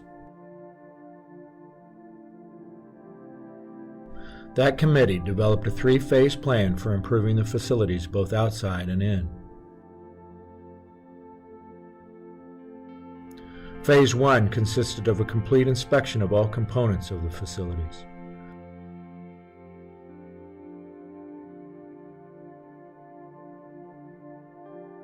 Phase 2 consists of reviewing these findings and sharing them with you, the public at large, and that is the purpose of these videos. In Phase 3, the district will develop a plan of action to address these needs and solicit input from the community. With this plan, the district is working to secure the future for this community and this school, both for this generation and generations yet to come. Kansas Land Bank is a locally owned community bank supporting community and school events. They are a full-service bank offering everything from ag loans to personal savings and checking accounts. Kansas Land Bank has a friendly staff that provides that personal touch. As one of the few locally owned community banks left in western Kansas, they strive to serve the needs of the people in our area. Kansas Land Bank remains a proud supporter of all Bulldog activities. Thinking snacks, refreshing sips? Quinter Pit Stop just north of I-70 in Quinter has this and more. From fuel to your favorite snacks, and not to mention daily lunch specials and fresh pizza, new owners Travis and Kristen Haldeman and their staff welcome you to their store 7 days a week from 6 a.m. to 9 p.m. and until 10 p.m. on Fridays and Saturdays. Stop in or call the Quinter Pit Stop at 785-754-3707. Proud supporters of Bulldog Athletic. Solinsky Land and Cattle Inc. of Park, Kansas proudly supports all Bulldog activities and Bulldog athletics. Kelly and Curtis are lifelong residents of Gove County and have farmed for over 30 years. They proudly run their family business. The Solinskys operate a small livestock feed yard while also growing wheat and corn. Keeping up with the best practices, they incorporate no-till farming in the operation to the greatest extent possible. Solinsky Land and Cattle would like to congratulate the Bulldogs on the tremendous accomplishments of this year and wish them the best of luck. Smoky Hill Ag is your precision ag service dealer. They offer customized agronomy for your farm, providing precision fertilizer applications with custom chemical blends. Smoky Hill Ag will create recommendations specific to each farmer's needs. With local service and competitive prices over the past 15 years, Smoky Hill Ag provides local ownership, management, and employment with community involvement. Trust them for all of your customized agronomy needs. Smoky Hill Ag, a loyal supporter of Quinter High School.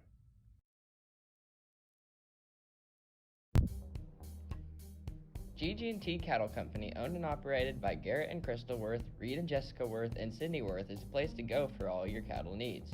They're the operators of a fourth-generation seed stock operation specializing in Solares, Angus, and optimized registered cattle. By improving beef genetics, we specialize in complete, balanced, and efficient cattle with calving ease performance and maternal traits. Be sure to join them February 24th, 2022 for their annual bull sale. Give them a call today. GG&T Cattle Company, proud supporters of the Bulldogs. Gove Community Bible Church, located in Gove, Kansas, is a Jesus-driven community that is proud to support the Quinter Bulldogs. We offer worship on Sunday mornings at 10:30 a.m. If you would like to know more about our church, visit our website at www.govecbc.com or download our Faith Life app from the QR code. Be sure to follow us on Facebook as well. Good luck, Bulldogs.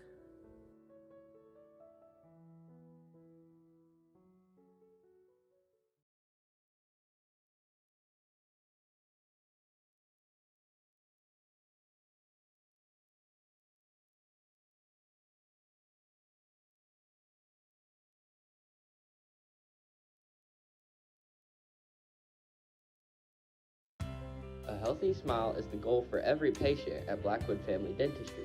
For over 18 years, Dr. Blackwood and his staff have been offering comprehensive care to patients of all ages. Dr. Blackwood is your hometown provider for all treatment options to maintain and restore your oral health. So if you are a new patient or want convenient family scheduling, make an appointment at Blackwood Family Dentistry, proud supporter of Bulldog academics and athletics.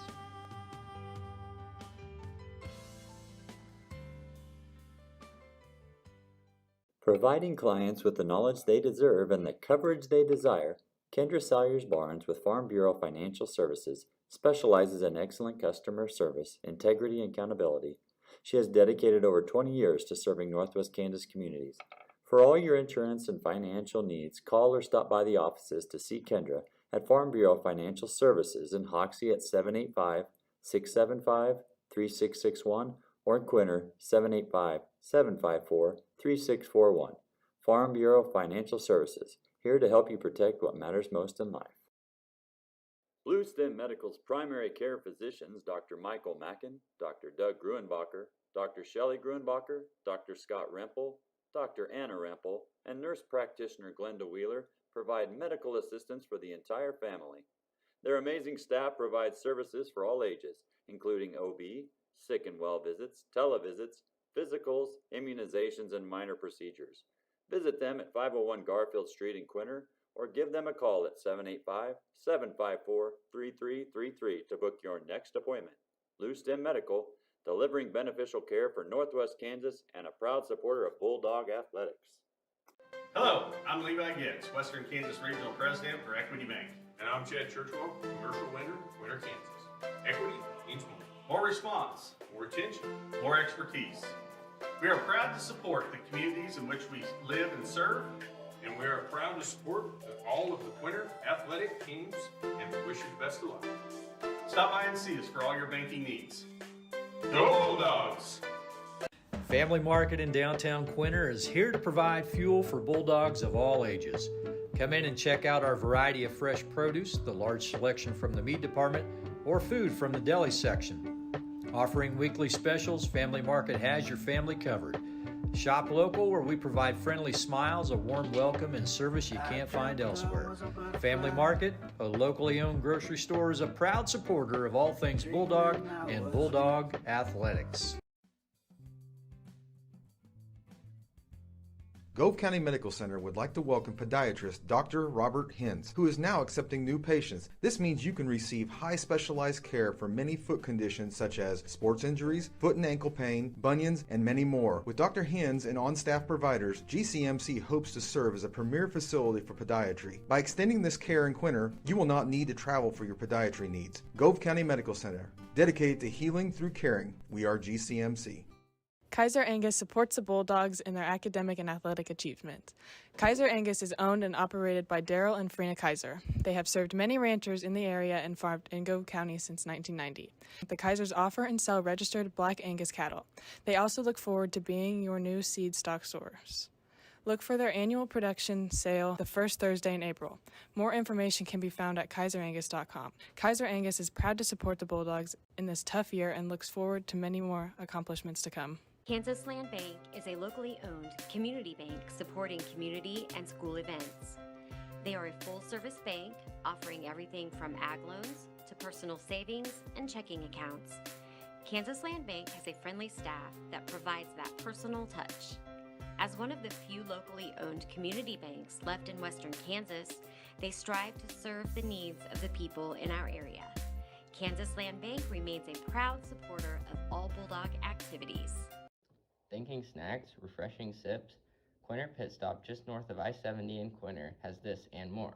From fuel to your favorite snacks, and not to mention daily lunch specials and fresh pizza, new owners Travis and Kristen Haldeman and their staff welcome you to their store 7 days a week from 6 a.m. to 9 p.m. and until 10 p.m. on Fridays and Saturdays. Stop in or call the Quinter Pit Stop at 785-754-3707. Proud supporters of Bulldog Athletic. Solinsky Land and Cattle Inc. of Park, Kansas proudly supports all Bulldog activities and Bulldog athletics. Kelly and Curtis are lifelong residents of Gove County and have farmed for over 30 years. They proudly run their family business. The Solinskys operate a small livestock feed yard while also growing wheat and corn. Keeping up with the best practices, they incorporate no-till farming in the operation to the greatest extent possible. Solinsky Land and Cattle would like to congratulate the Bulldogs on the tremendous accomplishments of this year and wish them the best of luck. Smoky Hill Ag is your precision ag service dealer. They offer customized agronomy for your farm, providing precision fertilizer applications with custom chemical blends. Smoky Hill Ag will create recommendations specific to each farmer's needs. With local service and competitive prices over the past 15 years, Smoky Hill Ag provides local ownership, management, and employment with community involvement. Trust them for all of your customized agronomy needs. Smoky Hill Ag, a loyal supporter of Quinter High School.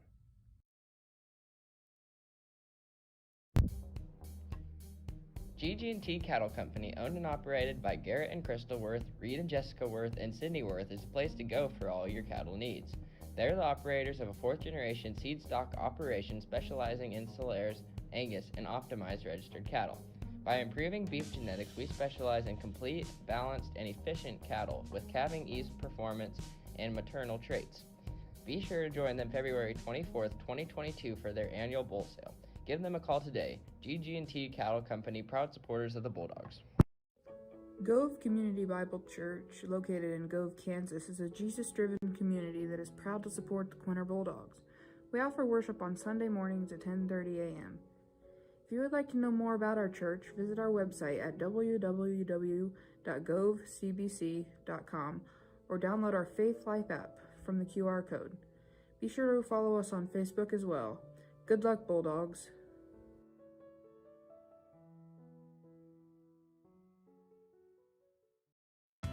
A healthy smile is the goal for every patient at Blackwood Family Dentistry. For over 18 years, Dr. Blackwood and his staff have been offering comprehensive care to patients of all ages. Dr. Blackwood is your hometown provider for all treatment options to maintain and restore your oral health.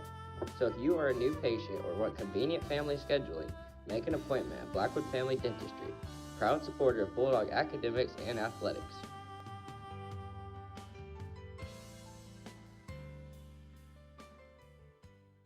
Providing clients with the knowledge they deserve and the coverage they desire, Kendra Salyers Barnes with Farm Bureau Financial Services specializes in excellent customer service, integrity, and accountability.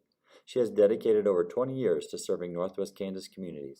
For all your insurance and financial needs, call or stop by the offices to see Kendra at Farm Bureau Financial Services in Hoxie at 785-675-3661 or in Quinter 785-754-3641.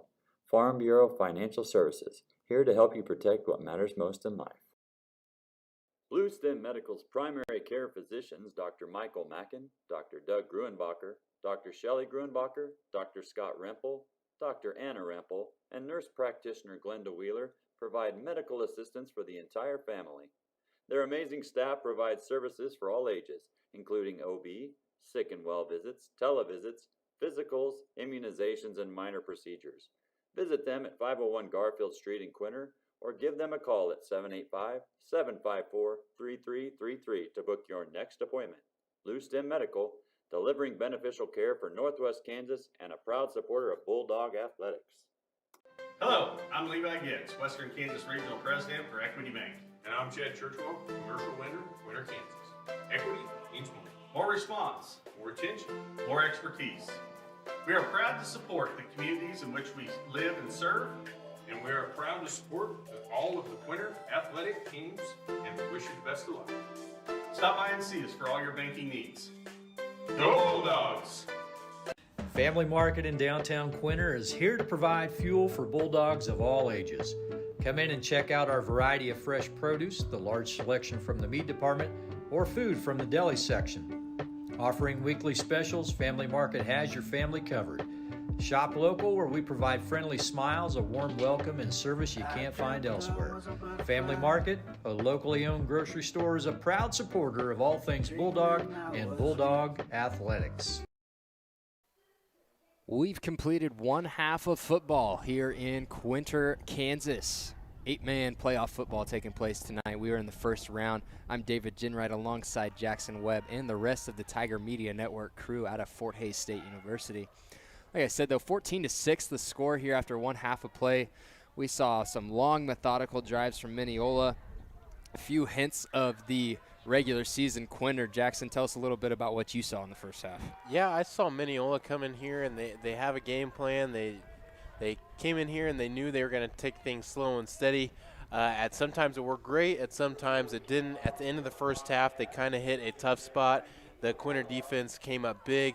But offensively, Quinter is doing a great job putting the ball in the air and then also putting the ball into Trace Kinderknecht's hands. They're really having success with him like they have all regular season. I like for them to get Bradley Riedel just a little bit more involved. That way they can create some momentum throughout the playoffs leading into the coming week's games if they're able to take care of business here in the second half. But overall, it's been a good game. It's definitely one that has been closer than we thought it was going to be. A lot closer than what we expected for sure. We've got a great game at hand, and we had a little insider information earlier from some Quinter custodians telling us that the wind was going to die down a little bit around 7 o'clock, and we're there now, and Quinter's got the ball here to start the second half, so let's see if they start airing it out even more, a little bit closer to what we've seen in the regular season rather than tonight. We've seen a little bit more run than what we're used to. Yeah, for sure, and I look at the flag right now down by the end zone, and it's blowing a little bit, but definitely not as heavy as it was in the first half. Those were some very treacherous winds earlier. Treacherous wins, not as treacherous anymore as Havlis. First play of the second half to Quinter Connect again. Across the middle, he's got the sideline, and he had a block, and he just barrels over the defender. And again, we saw it in the first half. One play, one touchdown for the Bulldogs. Yeah, they had that one perfectly designed and knew exactly what they were going to do as soon as the ball was snapped. Havlis wasted no time getting it right over the middle into Quinter Connect's hands, and the rest was history. He lowers his shoulder for a nice truck stick and all the way into the end zone. Yeah, Quinter Connect is listed as 140 on the roster, and you see right there, he put his head and shoulder right into the contact and deferred it away from him. So 6 right off the bat, 12 seconds into the second half here for the Bulldogs, and they line up for 2. And we're going to get a player lined up ahead of the line of scrimmage against the Bulldogs. I saw it was the offsides gesture by the white cap, but signaled towards the Quinter offense.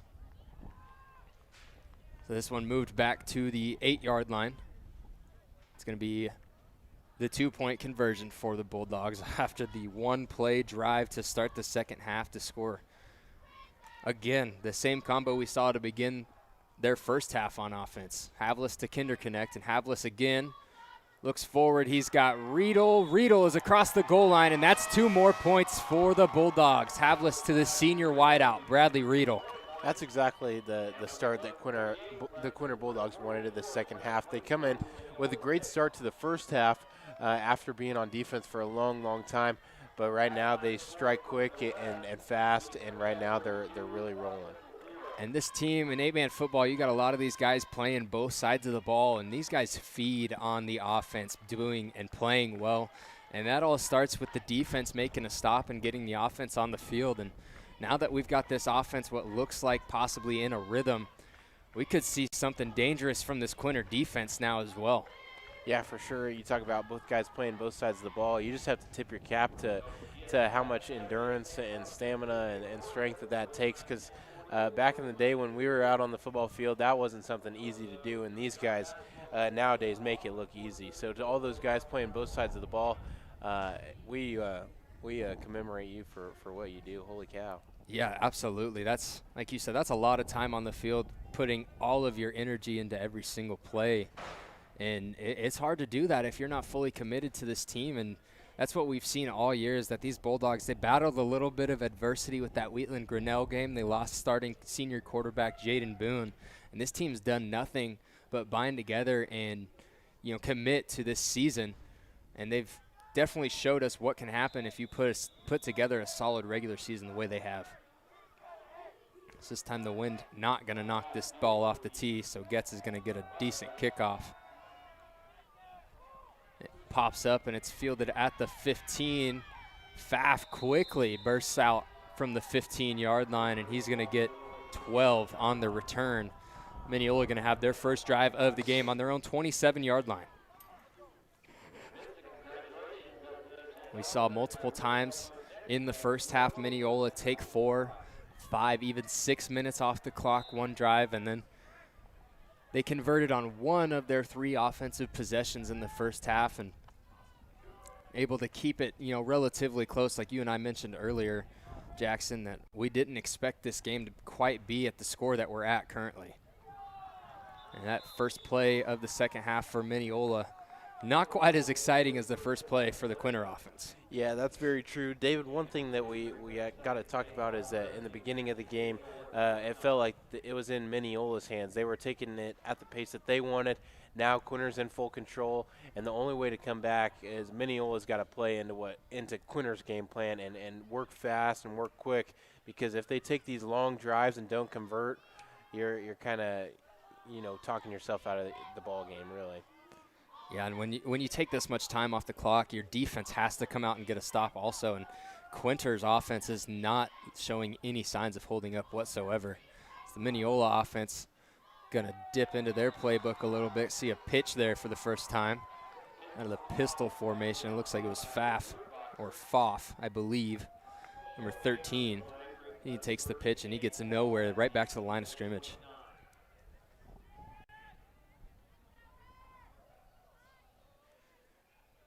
Mentioned that name, Ethan Gruenbacher, multiple times tonight, the sophomore wideout and D-back as well. He's done a terrific job out there on the outside. So that play right there, Gruenbacher made the tackle. It's going to bring up 3rd and 8 for the Wildcats of Minneola. Lang is in the backfield by himself, drops back to pass. It's going to be a quick curl again. We've seen that 3, possibly 4 times now already this evening, as Duel is going to get the first down off the quick curl route. Yeah, they do a good job of going to it. I like to see them run something else, but like we said, if it's not broke, don't try and fix it. Right there, they're just playing to their strengths and playing, smart and conservative football. And nothing too fancy about that route there. He just ran right down the field close to that first down marker because Duel knew that he could at least fall forward with that big body and get that first down. And he succeeds in doing so, just short of midfield. So it's 1st and 10 now for the Wildcat offense on their own 39-yard line. They're going to shift. It's going to be a fake pitch one way. Lang's going to keep it, go the other way, and he makes Quinter Connect miss on this one. He's got a one-man race with Riedel, and Riedel is finally the one to push him out of bounds. Nice play right there. Nice design. They faked the pitch that they did a few plays earlier out of the backfield to Pfaff, and then this time Lang keeps it out the other way. Nice play right there by the Wildcats. Perfect fake pitch there and a nice move right there on the outside. We mentioned it earlier. Quinter Connect made a pretty solid tackle on Lang earlier, and this time Lang getting the better of Quinter Connect. We talked about it, 2 of the better sophomores in the state in 8-man football. Going head-to-head right there in the open field, and this time it was Eli Lang getting the better of Quinter Connect. Let's see, this time we talked about the conversion rate of the Wildcats there in the first half. This time they're in prime position, lined up on the Bulldog 11. Lang going to keep it himself, follow that wedge blocking formation. And he tried to reach forward as he was going down, and who is it again? Bradley Riedel, the senior, making the tackle there. Nice defense right there by the Bulldogs after just giving up a big, long play. Right there, they kind of step in there and show they're not going to let it happen 2 times in a row. They bring Lang down for a short gain of just about 1 or 2. That play gain of 1, yeah, is what they called it, down to the 10-yard line. So Wildcats coming up to 2nd and 9 on the Bulldog 10-yard line, meaning that first down marker is at the Bulldog 1. In the shotgun again. This time there is 3 men in the backfield. And that's shotgun for the Wildcats. And again, same thing, just with the blocker in the backfield. The flag's thrown. It's going to be a gain of 5, possibly 6 yards there. We got 2 flags on the field right where that block occurred in the backfield. Yeah, it's going to be a holding right away. I saw it on the left side of that line, and it's going to be brought back. It looked like that defense was there just a little bit quicker than what the Wildcats had expected, and that probably is what led to this flag being thrown, or being committed rather. The signal on the field is a chop block from, or an illegal chop against the Bulldogs. Somebody went low, and on your screen it's going to be happen right there is number 22 for the Bulldogs. Gets in there. Trevor Kaiser goes a little bit too low on one of the Wildcats linemen, and that's going to be the reason why the flag was thrown. This one isn't going to be an automatic first down, but we are going to get it inside the 5 now, up to the 3-yard line. Looks like they're a long 1 yard short of that first down marker at the 3-yard line. See if the Minneola Wildcats can convert here deep in Bulldog territory. As Eli Lang, the sophomore, takes the snap, he's going to follow his blockers to the right this time, and nothing there. The cutback lane was covered, and he was covered by Avery Briggs and Bradley Riedel. Nice defensive play, and they're going to have to make 1, maybe 2 more stops, as now we're into 4-down territory, 3rd down, and what could be goal, but it's 3rd down and 3 from about the 4-yard line. Yeah, it looks like they got him about a half yard into the backfield that time as they moved the ball back, and that marker looks a little bit farther away. We'll call it 3rd and 2 now for the Wildcats. And like you said, Jackson, this is absolutely 4-down territory.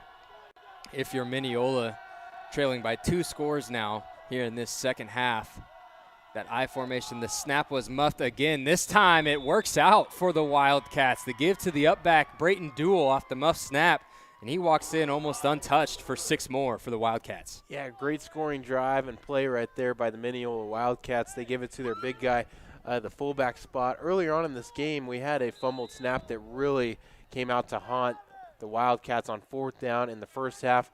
This time they get their hands on it, pick it up, give a nice handoff, and into the end zone for 6. Learned from their mistake on the first muff snap. This time he grabbed the ball before trying to do anything with it. Down by 10, this is a big 2-point conversion. Is Lang running for his life to the right, pump fakes. He's got Kaiser there to make the stop, short of the goal line. That's a big play for the Bulldog defense to make it, or to let it remain a 2-possession game. Yeah, for sure. If he converts right there, you're talking about a 1-possession ball game and just an 8-point lead for the Bulldogs, and instead it's 10. And right now we know that Minneola doesn't have a kicking game, so this is a big lead and a big stop right there coming on the 2-point conversion. And if you're Quinter, this offense extremely efficient so far, and the Wildcats taking all the time in the world off the clock with really what looks like no regret in doing so either. So they have to get a huge stop here on this Quinter possession. Yeah, the fate of your season and the rest of this game is really in Minneola. If you're Minneola, it's in your defense, because your offense right now looks like they're trudging along pretty steady. They just take a long time in doing so. But if you have any chance to win this ball game, you can't really allow any more points. It's got to come right here with your defense. Has to make a stop. We've seen, you mentioned no kicking game, and I don't know, haven't really seen too well if it's an intentional onside each time or if the kicker's just catching the top side of the ball. But each time Minneola has kicked it, it's been a little roller just beyond that 10 to 15 yard mark. Yeah, it's been going usually up the middle of the field. If you're trying to get it onside, Minneola should try and work it more towards the sideline. It just gives you more options, and you have more guys out near the sideline to cover it. But they've been kicking it up the middle. We'll see what they do right here. This one a little pooch to the side, just like you said, Jackson, but right there to field that one cleanly was the senior, Keegan Haldeman. Brings that one easy right near midfield. So now we've got Quinter coming back out onto the field. A 1-play, 1-touchdown drive to start the second half. Can Minneola make a stop here? We'll see. But right there, a play that usually will get overlooked as not a big-time play at all. But Keegan Haldeman with a big-time catch right there, because if it even slips out of his hands for a split second, it's Wildcats ball again. That was a huge play right there.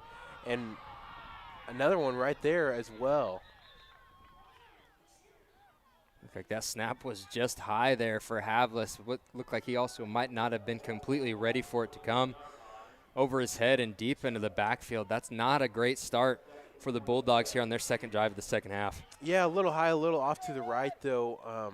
But the Bulldogs catch a big break right there. If Minneola falls on it, you're talking about 1st down and 10, and they would have been only about 22 yards away from the end zone and scoring again.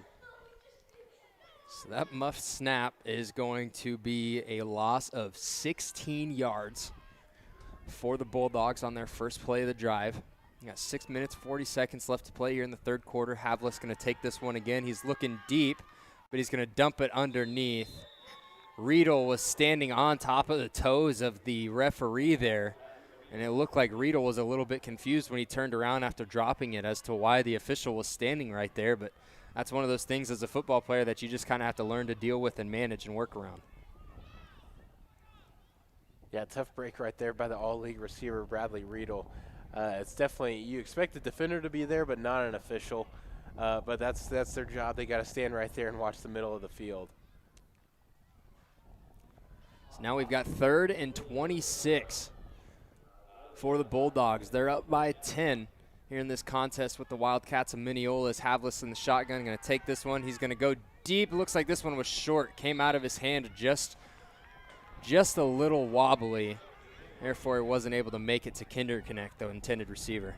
Yeah, it's because Colton Hahn got in there in the backfield and lays a nice hit on Havlis as he's getting ready to throw it away.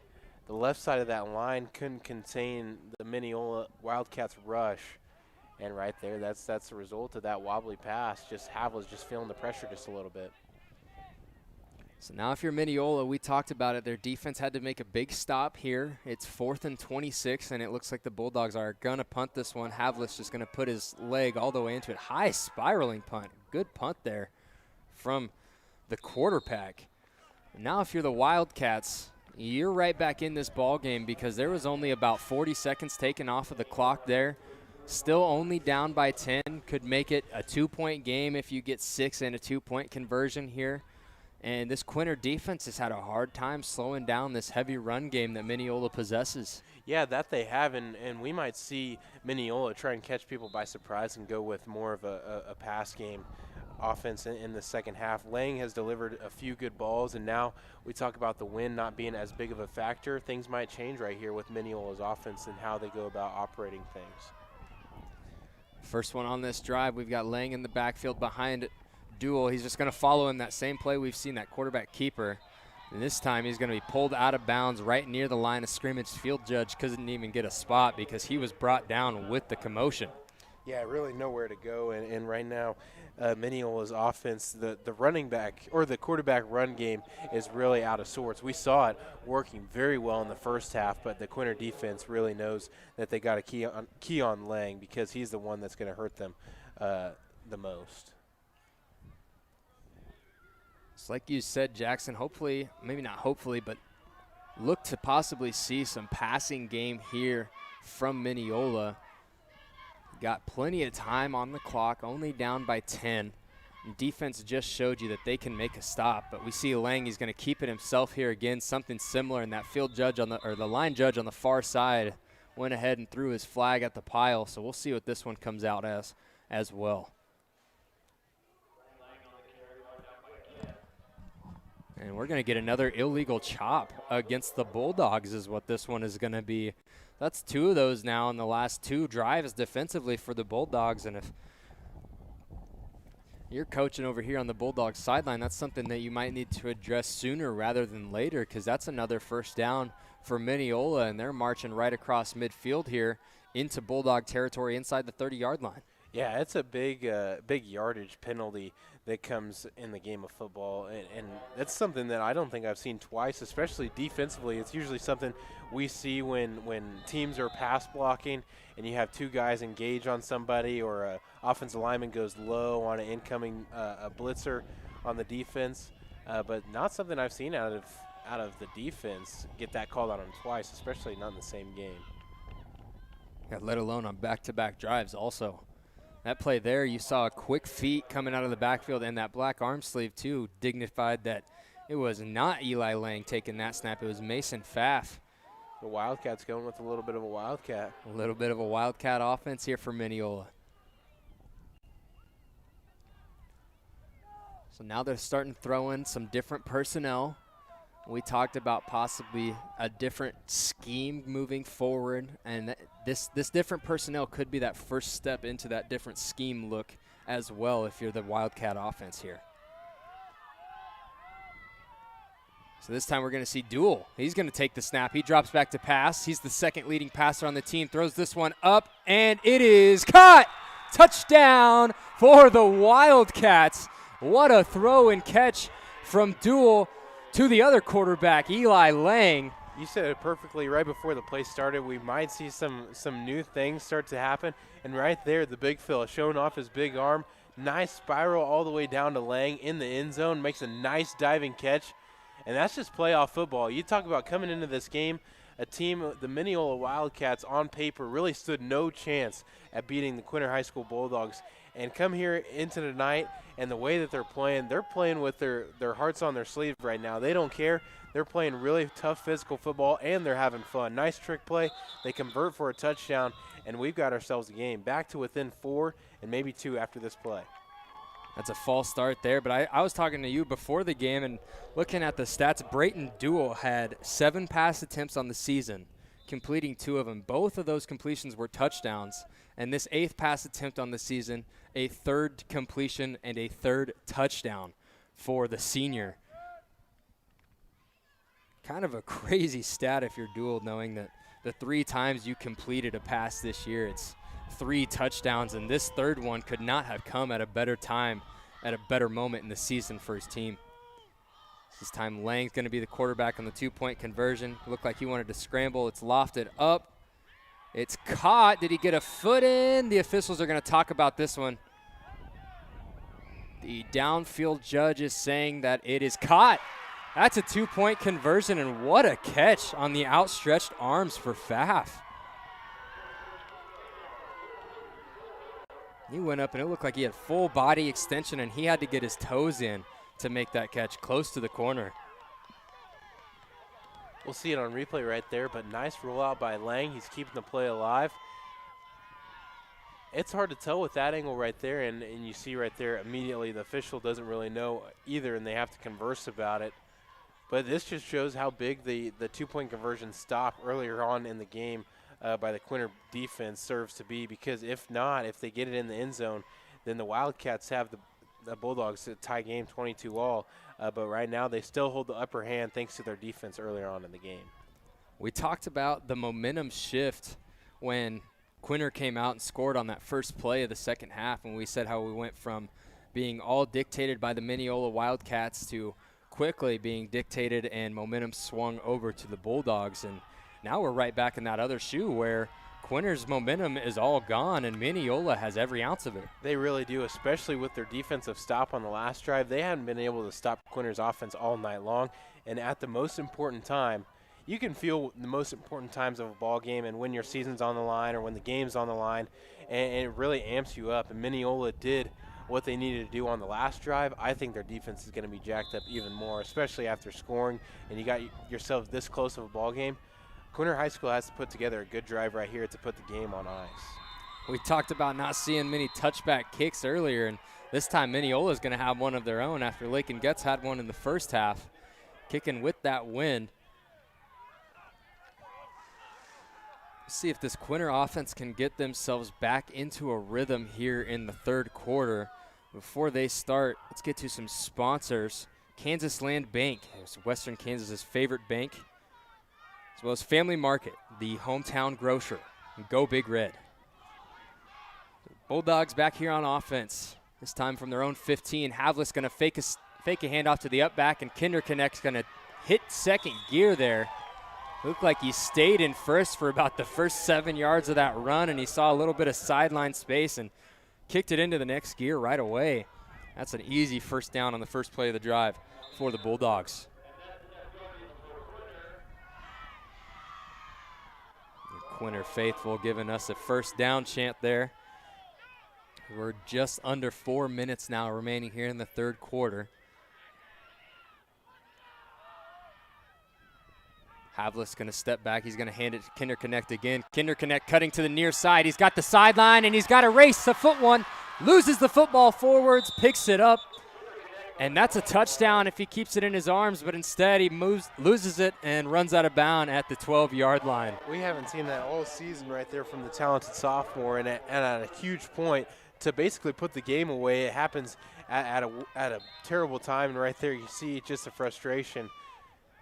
Bounces it to the outside. Great run. He evades multiple defenders and just slides right out. Just pops out. We hadn't seen that from him all year long. And right there you can tell he's super disappointed. But to finish this drive, I think it's going to go right back into his hands, and he's going to get himself a nice play in the next few plays. Right there they mixed it up a little bit. Both of the prior plays before that, they faked that up back handoff to Lake and Getz and then turned and gave it to Kinderconnect. This time they give it to Getz. And if there is any silver lining in the Kinderconnect fumble there, it's the fact that Quinter can take a little bit more time off the clock here with this drive, run it a few more times. You're inside the 10 already. Yeah, that's a good point that you make, David. I didn't even think about that, and especially with how slow-moving Minneola's offense is right now. The fumble actually didn't seem to turn out to be a bad thing at all. And we saw that this play again, that fake handoff to the up back Getz, and then they finally give it to Kinderconnect after the fake. And we've seen that 3 times now. It would have been 4 in a row if they would have faked it to Getz on the last one, but this time they still get positive yardage. And we mentioned it earlier for the Wildcat offense. If it isn't broke, don't fix it. And right now, the Bulldogs aren't fixing what's not broken. A big thing, though, is that if Quinter scores, if Quinter scores here but doesn't convert on the 2-point, then it would just be still an 8-point ball game. So a big play in terms of how things will shake out for the fourth quarter right here. And right there it was, a big play indeed. Lakin gets the big 215-pound sophomore. This Quinter team run by underclassmen, it seems like, outside of Bradley Riedel. He's going to put 6 on the board, gets. They're going to look to possibly make this one, again, a 2-possession game, get out of that 8-point reach area. It's a fake pitch. Havlis going to look up, throw to the end zone. It's picked off. Picked off. They're going to call it incomplete. Riedel tried to come out of the break, and just in front of him was Lang. It's 28-20 with 3:07 left here in the third quarter. Let's take a quick break. We'll be right back with some more action right after this.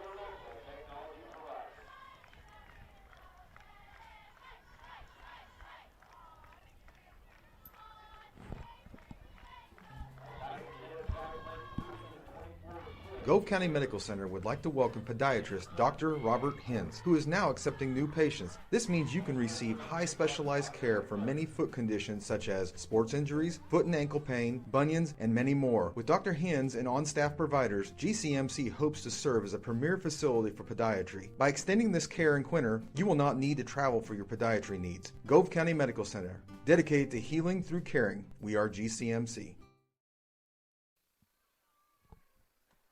Back here in Quinter, Kansas, like we just said, it's 28-20. The Quinter Bulldogs home team on top of the visiting Minneola Wildcats. And not sure if we've talked about it enough here, but this is Kansas State High School playoff 8-man football here. Beautiful fall night. It was a little bit cold and windy earlier. We still got a little bit of a chill in the air, but you can't ask for much more out of playoff football on a fall night. Yeah, for sure. The only thing that I would change, especially – you have it all season long on Friday nights. Gotta love Friday night football. Wish this game was on a Friday. Just bring more energy and atmosphere and just intensity to the game. But gotta love it. We have a great game on hand right now. Coming into this one, definitely didn't see it, the score being this way. And Minneola is just really playing with a chip on their shoulder. But right now, before the Wildcats start their drive, we'll talk about the way that the playoff bracket shakes out right now. On the west side of the state, Quinter's taking on Minneola right now. They will play, the winner of this game will play the winner of Dighton and Tri-Plains Brewster. Everybody in action tonight. There's only one other final or two finals that I have right now across the whole state. On the east side, Axtell beat Beloit St. John's 48-0, and Thunder Ridge beat Onega 62-16. Those are the only other scores. But on this side of the state, the top seeds, it looks a little bit like Victoria and Wheatland Grinnell are the top seeds on this side of the state moving forward. And for Quinter, if they are to win out and beat Minneola and then beat the winner of Dighton and Tri-Plains, that would put them most likely with a matchup in the quarterfinals with Victoria. So some good action on the west side of the state. And definitely when we have to talk about favorites on the east side, it is Axtell that got a first-round win. They beat Wheatland Grinnell earlier on this year by over 30 points, which came to a shock to a lot of people, as Wheatland is a very physical team. But Axtell put themselves on the map, and they are at the top of the 8-man Division II rankings in the state of Kansas. Kansas playoff football going on everywhere tonight. Right here in Quinter, we've got a great contest. We got 2 minutes left to go here in the third quarter. Right there you saw Eli Lang of the Minneola Wildcats keeping it himself on the quarterback keeper and gaining about 2, bringing up 3rd and 7 for the Wildcat offense. Long, methodical drives have been the story of the contest for Minneola. Up until the last drive, we had different personnel looks, and then they threw the ball for a deep touchdown. A little bit of a different play call for Minneola from what we're used to. And we heard the Quinter fans getting pretty loud right here. False start against the offense there on what was 3rd and 7. False start is going to make it 3rd and 12 now. I don't know how they're going to fix it, but the flag should have indicated the stoppage of clock, and it ran all the way through. There was about 15, 20 seconds that just got taken off that shouldn't have been, and I don't think any of the officials caught it. Yeah, I believe you're right there that none of the officials caught it because, like you said, that was almost 20 seconds of game clock that came off the clock there after the flag was thrown and the whistle was blown. And now we're under 50 seconds left to play here in the third quarter. Minneola's got 3rd and 12. Eli Lang, the sophomore quarterback, going to take the snap, roll to his left. It's a quick little lob to Duell, and Duell can't get the first down, but we know that this is 4-down territory for the Wildcats. Yeah, nice completion right there by the Wildcats, and even though, despite not getting the first down, they set themselves up in pretty good position to help themselves out on 4th down. Yeah, normally you talk about on 2nd down just getting 5 or 6 yards and possibly getting into that 3rd and manageable area. And all night for Minneola, we've seen they do that on 3rd down. They could be 3rd and 10, 3rd and 8, 3rd and 15 even, or 3rd and 12 like we just saw. And their only hope is to get it to within 4th and manageable because head coach Reggie Hahn believes that his team can get 3-4 yards consistently. And as long as they get in that range, they're satisfied on 4th down. But that play is going to run the clock down here in the third quarter. We've played 3. The Quinter Bulldogs are on top. The Minneola Wildcats 28-20. Final 12 minutes coming at you just after this break. Kaiser Angus supports the Bulldogs in their academic and athletic achievement. Kaiser Angus is owned and operated by Daryl and Frina Kaiser. They have served many ranchers in the area and farmed in Ingo County since 1990. The Kaisers offer and sell registered Black Angus cattle. They also look forward to being your new seed stock source. Look for their annual production sale the first Thursday in April. More information can be found at kaiserangus.com. Kaiser Angus is proud to support the Bulldogs in this tough year and looks forward to many more accomplishments to come.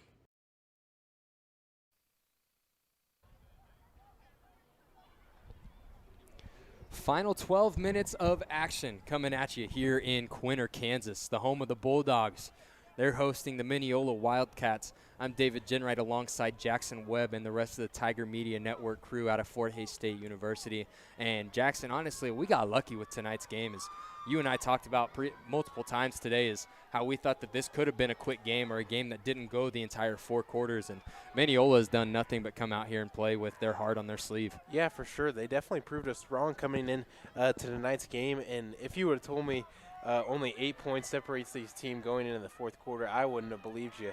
So Minneola Wildcats that are out there listening and watching, your team is doing an amazing job keeping things close here and putting themselves in the best chance to win. And honestly, in first-round ball games, hardly ever do you get one that comes down to the wire. We look at our scores from around the state tonight. We have a 62-12 and a 48-0. But right now in the first round, 28-20 going into the 4th quarter. This is playoff football at its best. Lang right there throws on 4th and 4, and we talked about it, just needed to get to 4th and manageable, and the pass is complete to Duell. First down again for the Wildcats.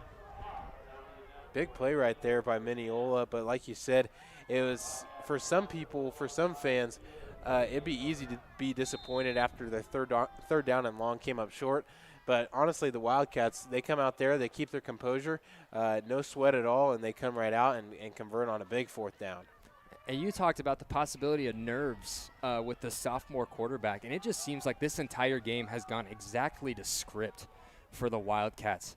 As Lang, again, just going to follow Duell. This time he pushed Duell in front of him to get that lead block and get a few yards. Nice job by the sophomore quarterback to get something positive there. Yeah, one thing that's really stood out to me is that in playoff football, it's so easy to get nervous, anxious, timid, especially when you're the underdog, also playing in a very chilly game. But there's been no turnovers. Both teams are playing a great job. We saw an interception on the last 2-point conversion, ended up being upheld and just called no good. But right now, the guys are playing nice, clean football in terms of turnovers. Earlier on, there were a lot of penalties that made this game just a little bit sloppy, but the second half has gone really, really well for both sides. Wildcats looking to keep it alive here. 2nd and 7. Lang going to bounce to the outside. He's slowed down by Riedel and finished off by linebacker Trevor Kaiser. Another gain of 2 or 3 there. And we talked about it. This is the typical, 3rd down, you want to get to 3rd and manageable. And now this is their opportunity to make it 4th and inches. Yeah, you just can't have any penalties that come in to hurt you right here. You want to get about at least 2 yards right here. They might go with 2 passes back-to-back, 2 short passes. But honestly, with the way that they've been going, I foresee a run right here and then see what the down and distance is the next play. And at this point now, if you're the Quinter defense, if you walk up to the line of scrimmage and you see Duel or even Pfaff behind taking the snap, you know that it might not be that run. And right there you see Lang take the snap, and he's got Diebert on the out route. And you called it right there, 2 passes in a row. Could the second one be coming? Yeah, honestly, after moving the chains and it being 4-down territory, you might see him go with another pass just to set up a nice, easy second down after this play. But they used motion this time to get the wide receiver open. They hadn't done that all game in the pass game, and right there it works out in their advantage. And that's been the story of the Minneola pass game tonight, is just those simple routes, nothing too complicated, nothing that's supposed to mix the defense up, just guys getting open in places where the defenders aren't. And it's been successful for the Wildcats. As on 1st and 10 here, Lang's just going to follow his blockers out to the left near the Quinter sideline, and he had nothing that whole time. The edge was contained by the Bulldogs. Yeah, tough right there, and I think Quinter's right now they're figuring out this Minneola offense, especially when Lang goes to run. Right now I think would be a good time to get Duel involved a little bit, maybe try and run a counter or a trap on the weak side. That way you can save Lang down the stretch. Let's see what they decide to do here. It looks like a shotgun formation. 2 on the near, 2 receivers on the far side, 1 on the near. Got 2 in the backfield for the Wildcats. Motion again. They're throwing the ball a lot right now. Another quick out route, and this one is complete as well. Going to get just beyond that original line of scrimmage there to bring up 3rd down. They also had Diebert wide open on the other side. They ran the same route action last pass play. This time they go to the opposite side of the field. Nice out route, pitch and catch, good, and complete to number 22, Christopher Glover. See him headed over to the sideline, get some dap from his coach. Nice proud moment, nice big catch on a 2nd down, and if that goes through his hands, it's 3rd down, and you're behind the sticks, almost 3rd down and 15. And now you're back inside those sticks, and we've talked about their goal being 4th and manageable all game long, and they've got a chance here. Is Lang going to roll out to his right, makes a man miss. He's going to go for the 1st down marker. He gets hit. I don't know if he went out of bounds early. The official trips over the play, coming over to spot the ball, and the official says he was out of bounds before that 1st down marker. Scary play there if you're the Quinter defenses. That was almost a lot to give up. Yeah, it was. Lang did a great job of keeping the play alive. They've been doing hitches all up and down the field, and right there they ran a fake hitch and then ran the fly route after it. They tried to go to Diebert, but good defense, pass defense by Trace Kinderconnect. And right now with 4th down and 3, the game is on the line. I don't know if Minneola doesn't convert right here, they may not get the ball back. Their season is on the line right here on 4th down. Let's see if the Wildcats can convert here. 4th and 3, Lang, another quick hitch route, this time caught again. The same route we have seen all night long from both Hebert and Duel. This time it's going to be Diebert. At the biggest point in the game, we see something that we hadn't seen from Lang all game. He delivers a bullet. You see it right there. Hardly any time between the time that it left his hands and then got into the hands of Diebert. That's you're putting your trust out there on the line. You say, here, I'm going to throw this one as hard as I can. And Diebert, he trusts in his receiver to make the catch, and right there, it pays off. 1st down and 10, and Minneola keeps their season alive.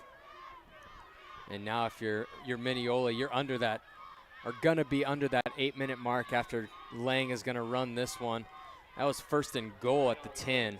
Lang's going to run that one. Now we've run under the 8-minute mark left here in this ball game, and if you're Minneola, you're down by 8 here. You need 6 and 2 on this drive. Yeah, you have to, because just with the way your offense is playing, they have long time of possession, long drives.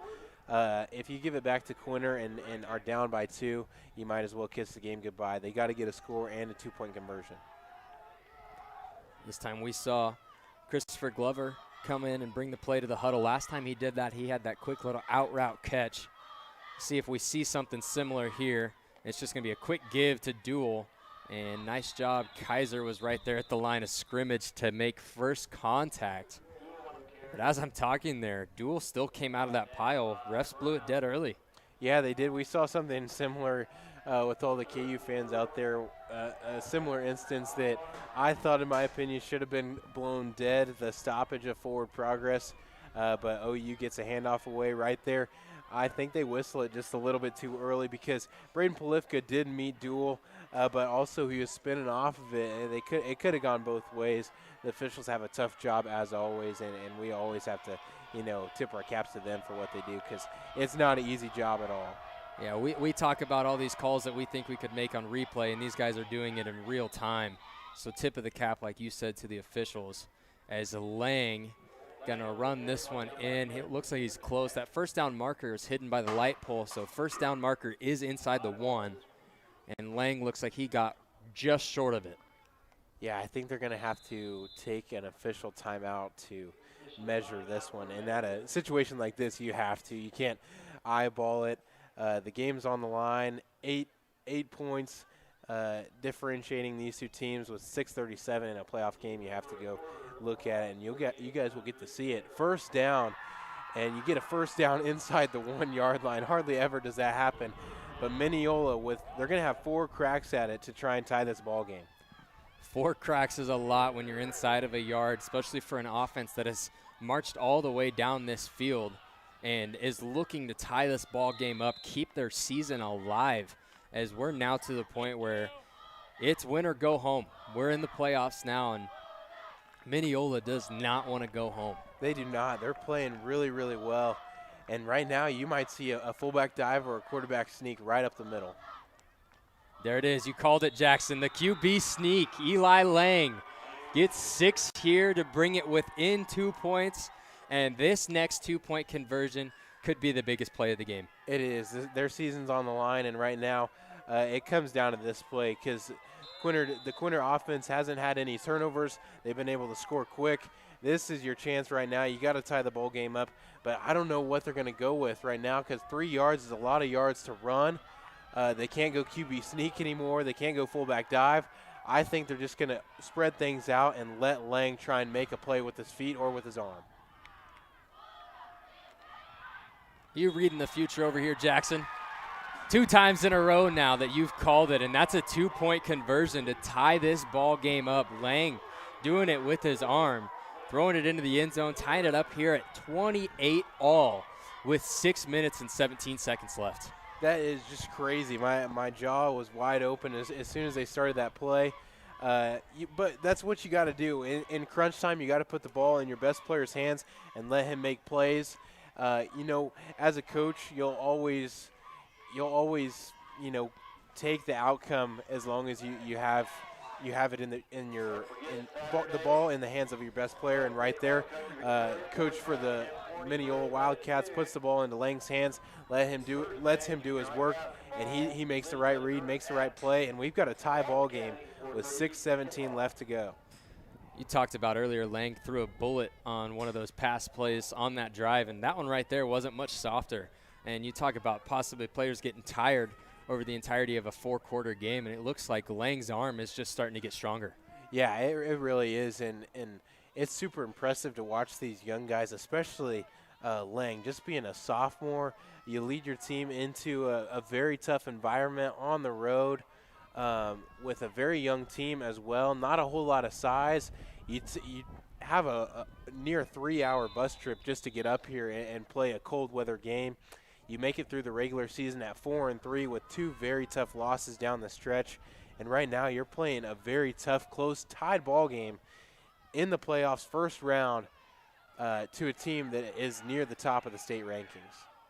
And that kick was in the perfect spot from Minneola, put it right where nobody was, and that was actually closer than what it almost should have been for the recovery of that football. Quinter Connects was able to come down on top of it. It looked like as he slid over it, it might have popped out a little bit.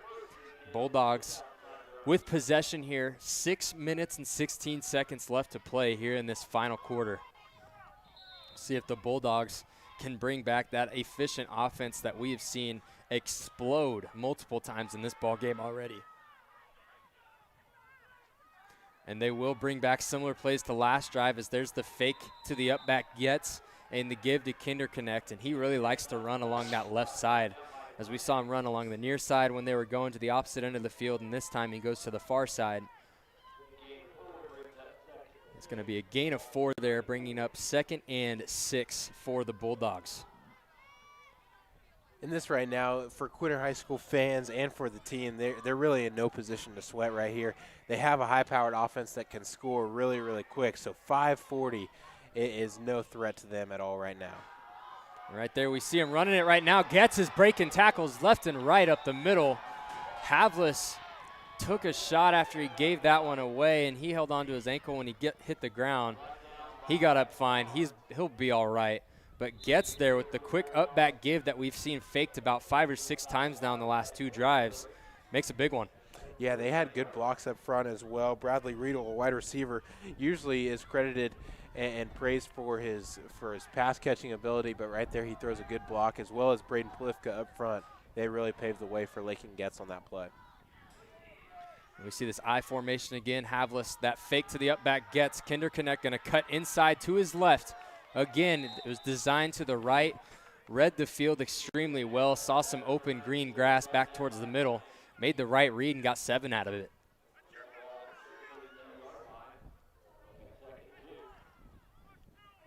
Really shifty feet right there from the sophomore Quinter Connect, and we've been impressed with the way that he runs all night long, and for that all season long. Yeah, for sure. Earlier on in the season, it was tough knowing what to expect, not covering Quinter football before, but Trace Quinter Connect from the very first game, he really opened our eyes with his speed as well as his awareness.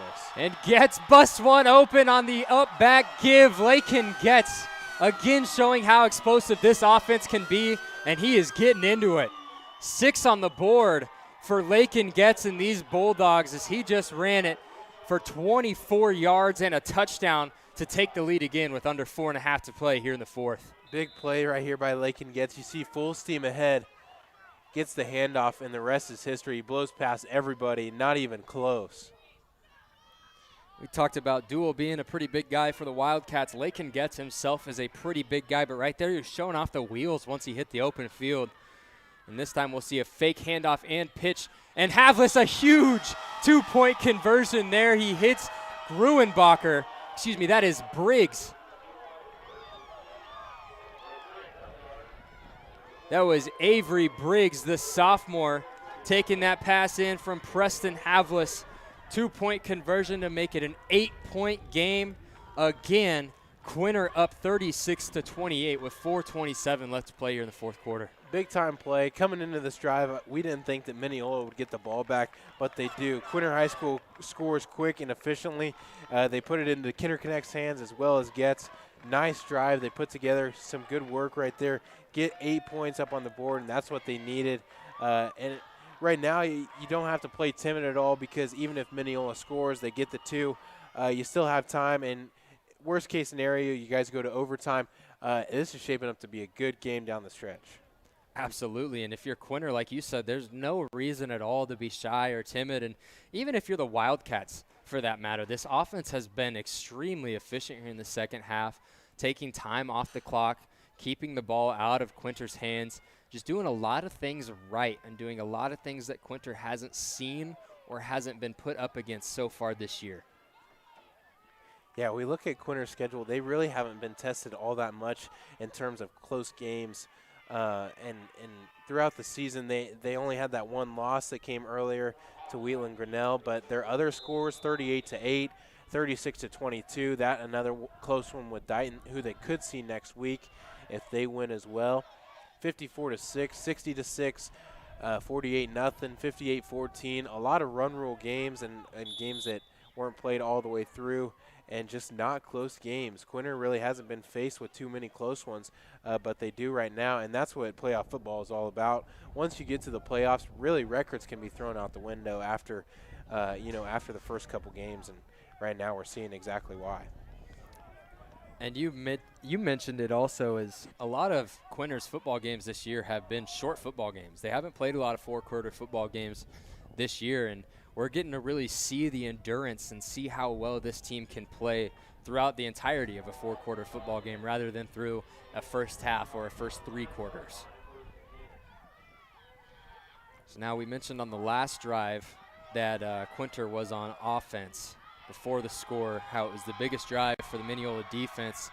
Quinter defense not as much riding on them here because they've got time and they can give up a score still. Is Lang going to take it, give it to Duel, and they're going to try to get their big back moving a little bit as well, the same way Getz was. This time he only gets a 2 yards though.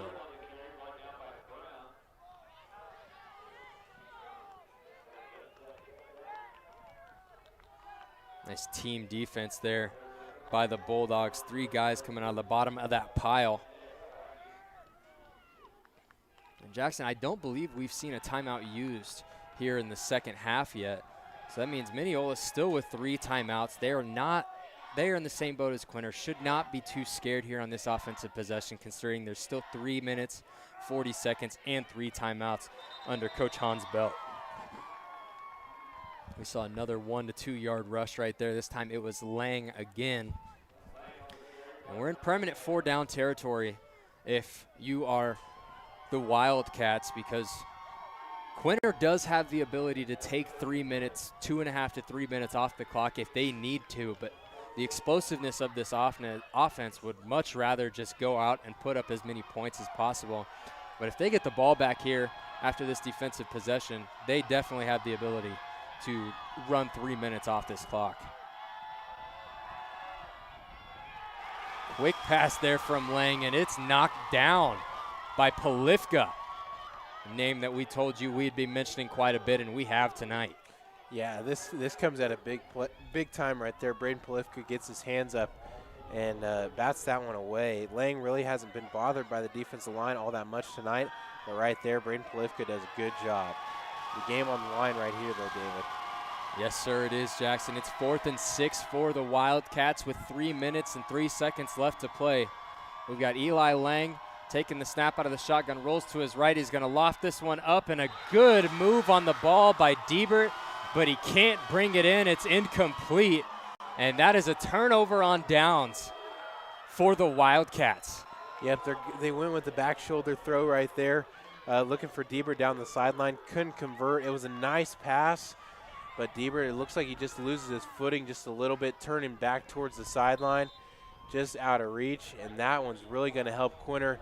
All they have to do is just keep it in their hands, keep it off the turf, and they're on their way to week 2, or the second round in the Kansas State High School Activity Association playoff tournament.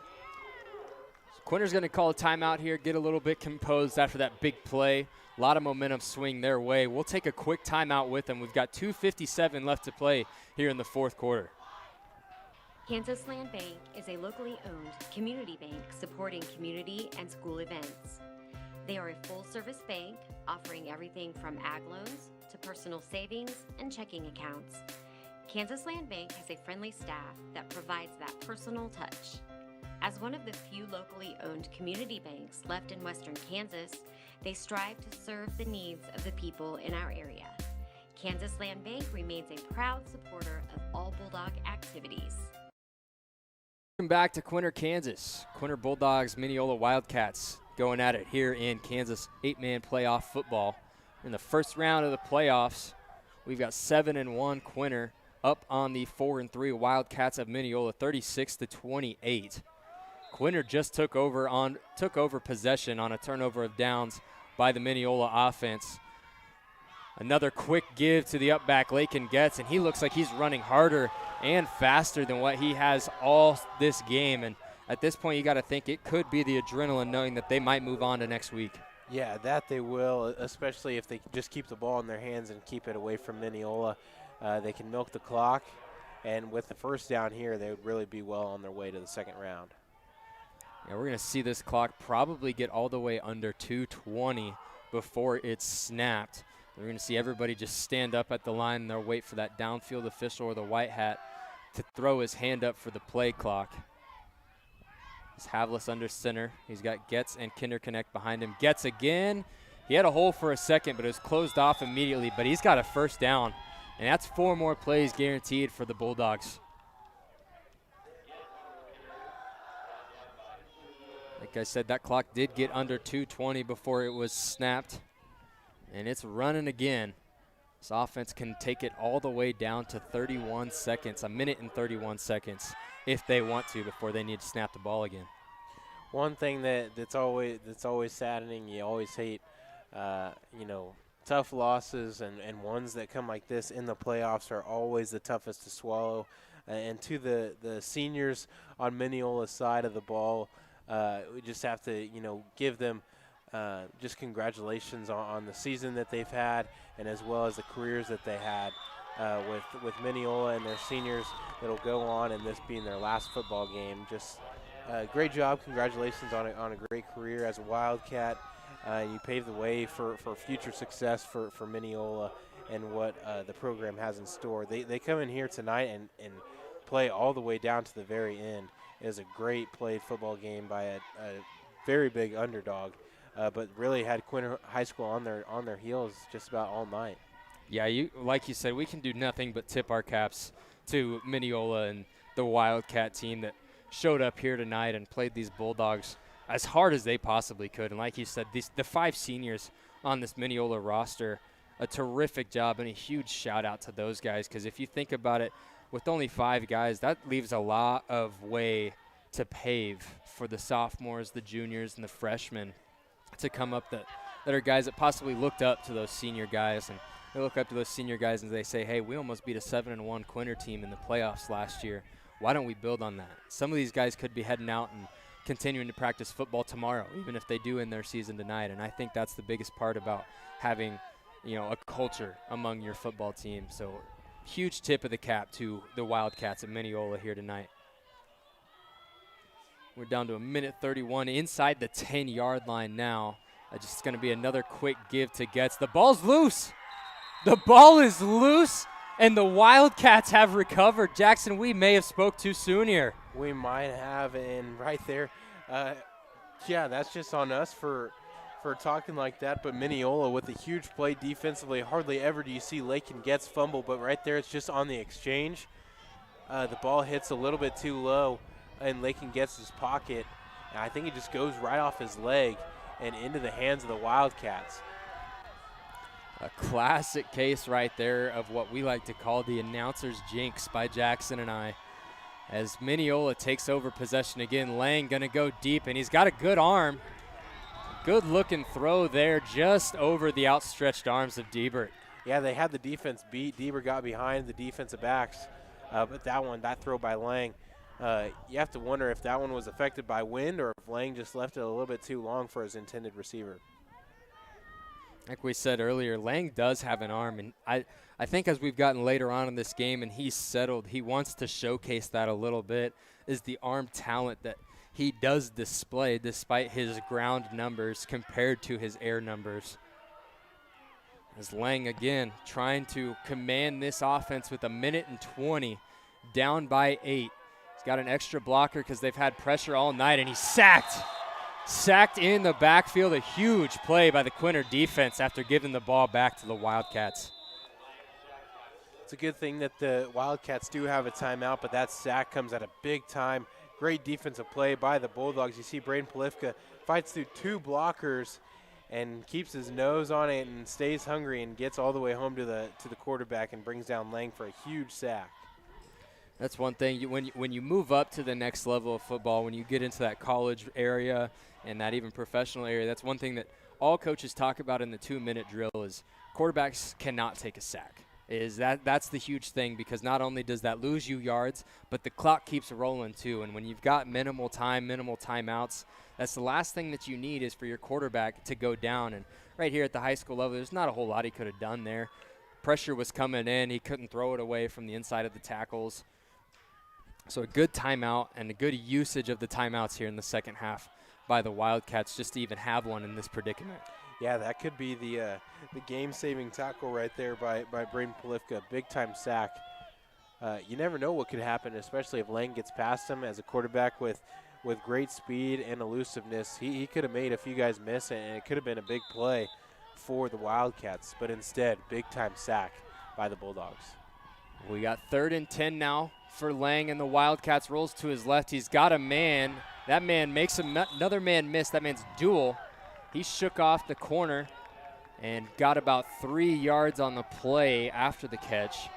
It's going to be a gain of 8 there on 3rd and 10 for the Wildcats. Clock's still rolling. Tough thing there is Duel caught it right by the out-of-bounds boundary. If he would have gone out of bounds, the clock would have stopped. This time it's that same play. They're going to have a catch called, and this time he does get out of bounds. So the clock will stop at 41 seconds, and another 4th down conversion for the Wildcats. And truly, that seems to be the story of what's keeping them in this ball game tonight, Jackson, is the amount of 4th down conversions that we've seen Minneola make. Because, like I said earlier, they like to get to 4th and manageable rather than 3rd and manageable the way you see normally. So clock stopped at 41 seconds here. Minneola's got a fresh set of downs on their own 18-yard line. Got one guy in the backfield, and it's Lang. Looks like the Bulldogs might be bringing a little bit of pressure. Pushes the wrong side of the field, and pushed out of bounds again is Lang. Clock going to stop. Smart play by the quarterback there. Saw a man coming at the sideline and decided to just sidestep out of bounds, save some clock, and possibly save himself.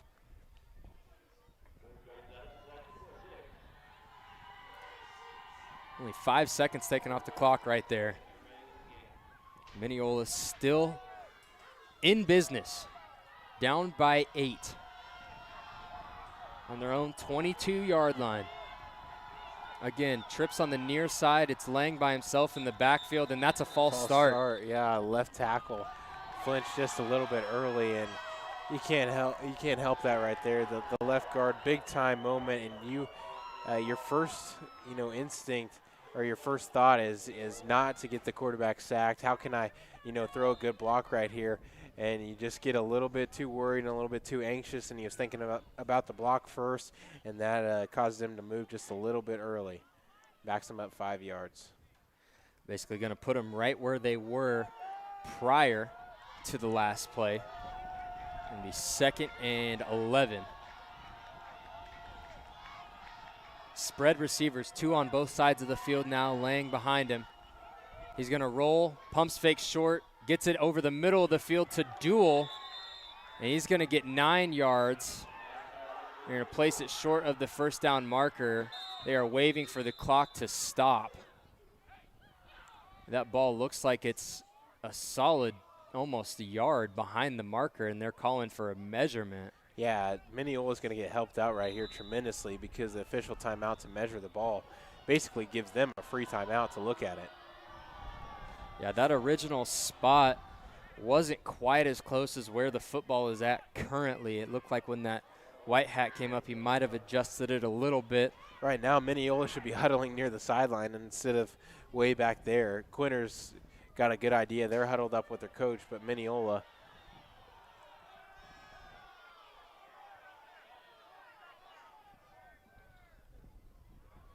yeah, Minneola is ready to run another play as soon as the officials get the ball back into position. But the spot, they come out for a measurement timeout, and it's not even close. There's easily a half a yard between the marker and the football, and they were still trying to adjust the football to get a better spot. Still a half yard short there. It'll be 3rd and half a yard for the Wildcats. And like you said, they're ready to go. The clock is now rolling again. As this time it's Lang, throws it above the arms of his receiver, Duel. And that's going to bring up 4th down. One more chance to stay alive if you're the Wildcats. Yeah, and it's tough now with just 21 seconds and you're all the way down inside your own territory on about the 26, 27-yard line. You have a long ways to go, and the first thing you got to do is at least get 2 yards, and then you got to worry about how can I go 40, 50 more with only 15 seconds left. And that's if you get out of bounds. Here we are, 4th and 1, possibly the last play for the Minneola Wildcats. Shotgun, Lang's going to throw it quickly, and he's got it on the sideline. Duel cuts inside towards the field, And not quite what I would have done, but the play clock is going to stop. Minneola did have another timeout. It looks like the sideline judge on the far side is signaling a Minneola timeout following the catch, and there is. Yeah, we looked across. Great play by Minneola, converting on 4th down. That's what you want to do. But they could have easily stepped out of bounds, and the Minneola coaching staff was irate that the wide receiver, number 12, Braden Duell, didn't get out of bounds because they wasted timeout. They're still 15 seconds away, and they're on their own side of midfield. So just kind of a tough play to watch. A play that has its ups and downs. You get the first down, that's an up, but the negative to that, you burn a timeout in a situation that you really didn't need to burn one. And in this situation, if you're Quinter, I think it's a little bit less stressful because you know your offense is explosive and you know you can bust off a 45-yard play or a 40-yard play at any point in time. But if you're Minneola, it's a little bit stressful because we haven't seen anything much bigger than 10 yards really all night long because they've just been slowly chipping away at this Quinter defense, playing so methodically and so scripted is what it seems like. But now I'm not quite sure if you script this, being down by 8 with 15 seconds left, and now you have no timeouts. Oh, they're going to go with Duell as the quarterback now. We saw Duell throw the touchdown earlier. He's going to take the snap. He moves around a little bit, had his leg grabbed. He's going to throw while he's running to his right, and Kinderconnect tips it away. They had one-on-one man-to-man coverage with Lang down here at the bottom of the screen. I think they're going to try that again. But good awareness right there by Duell. He realized it wasn't open. He keeps the play alive, avoids taking the sack, and throws to a wide receiver that was in a good spot. It was just Trace Kinderconnect with great defense. And already after that last play, you can see the senior wideout DB, Bradley Riedel, is standing back in that really safety spot, playing extremely safe because he doesn't want anything going over top of his head. He's at the 20-yard line, and going over top of his head would almost ensure a score if you're the Wildcats. But if you're Bradley Riedel, that's your number one priority, is you don't let anybody or the ball get behind you. As Duell again, he's going to throw this one as he's hit, and it's short. Had Avery Briggs, the DB, been paying attention, he could have turned around and possibly snagged that ball. But that incomplete pass is going to give Minneola one more chance. We got 2 seconds left on the clock. That might have been the biggest hit that Duell's taken all night. He's found a way to, shy away from the big contact, and he takes some chip shots here and there. But that time he took quite a shot. And I don't know about you, Jackson, but being a native of Nebraska, it's really nice to hear the Go Big Red chants down in the Quinter stands. With 2 seconds left here, Bulldogs up by 8. Eli Lang going to be the one to throw the last heave, and he throws this one up. It's wobbly. Kinderconnect's there, knocks it down, but time has hit triple zeros on the clock, and Quinter survives the scare from the Minneola Wildcats. They're going to win this first-round matchup 36-28. Minneola finishes their season 4-4 after the loss.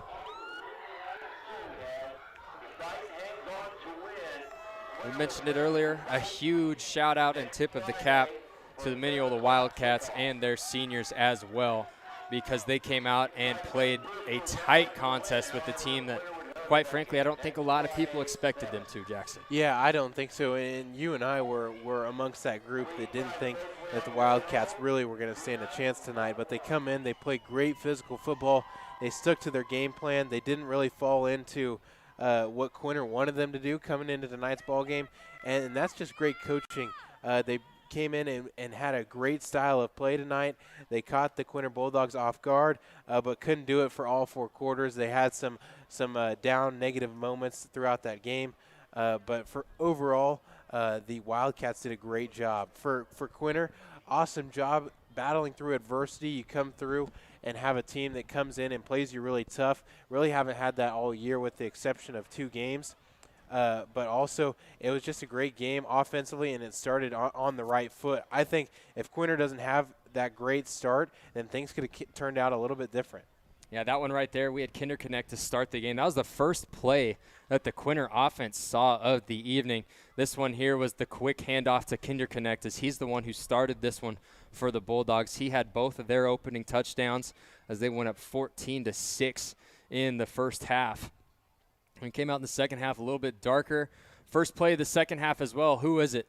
None other than Trace Quinter connect right over the middle. He found the sideline, puts a man on his back, and scores 6 more to start the second half for the Bulldogs. And from then on out, it was just a fight. Both teams just went back and forth the entire second half.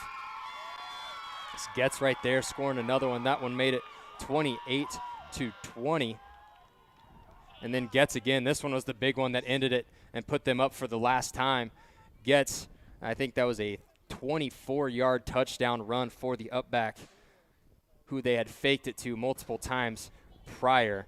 And that is going to be our evening here in Quinter, Kansas. The Bulldogs getting a first-round win in the playoffs, 36-28. Right there, you saw them salute the stands and the fans. And a huge shout-out to the Bulldogs as well as the Wildcats on a terrific season. Quinter next week getting the winner of Dighton and Tri-Plains Brewster. For the rest of the Tiger Media Network crew, I'm alongside Jackson Webb. This is David Jenright. We've had a pleasure calling this game for you folks this evening. Don't forget to subscribe to the Quinter High School Sports YouTube page. Thanks again for listening. This is David Jenright signing off.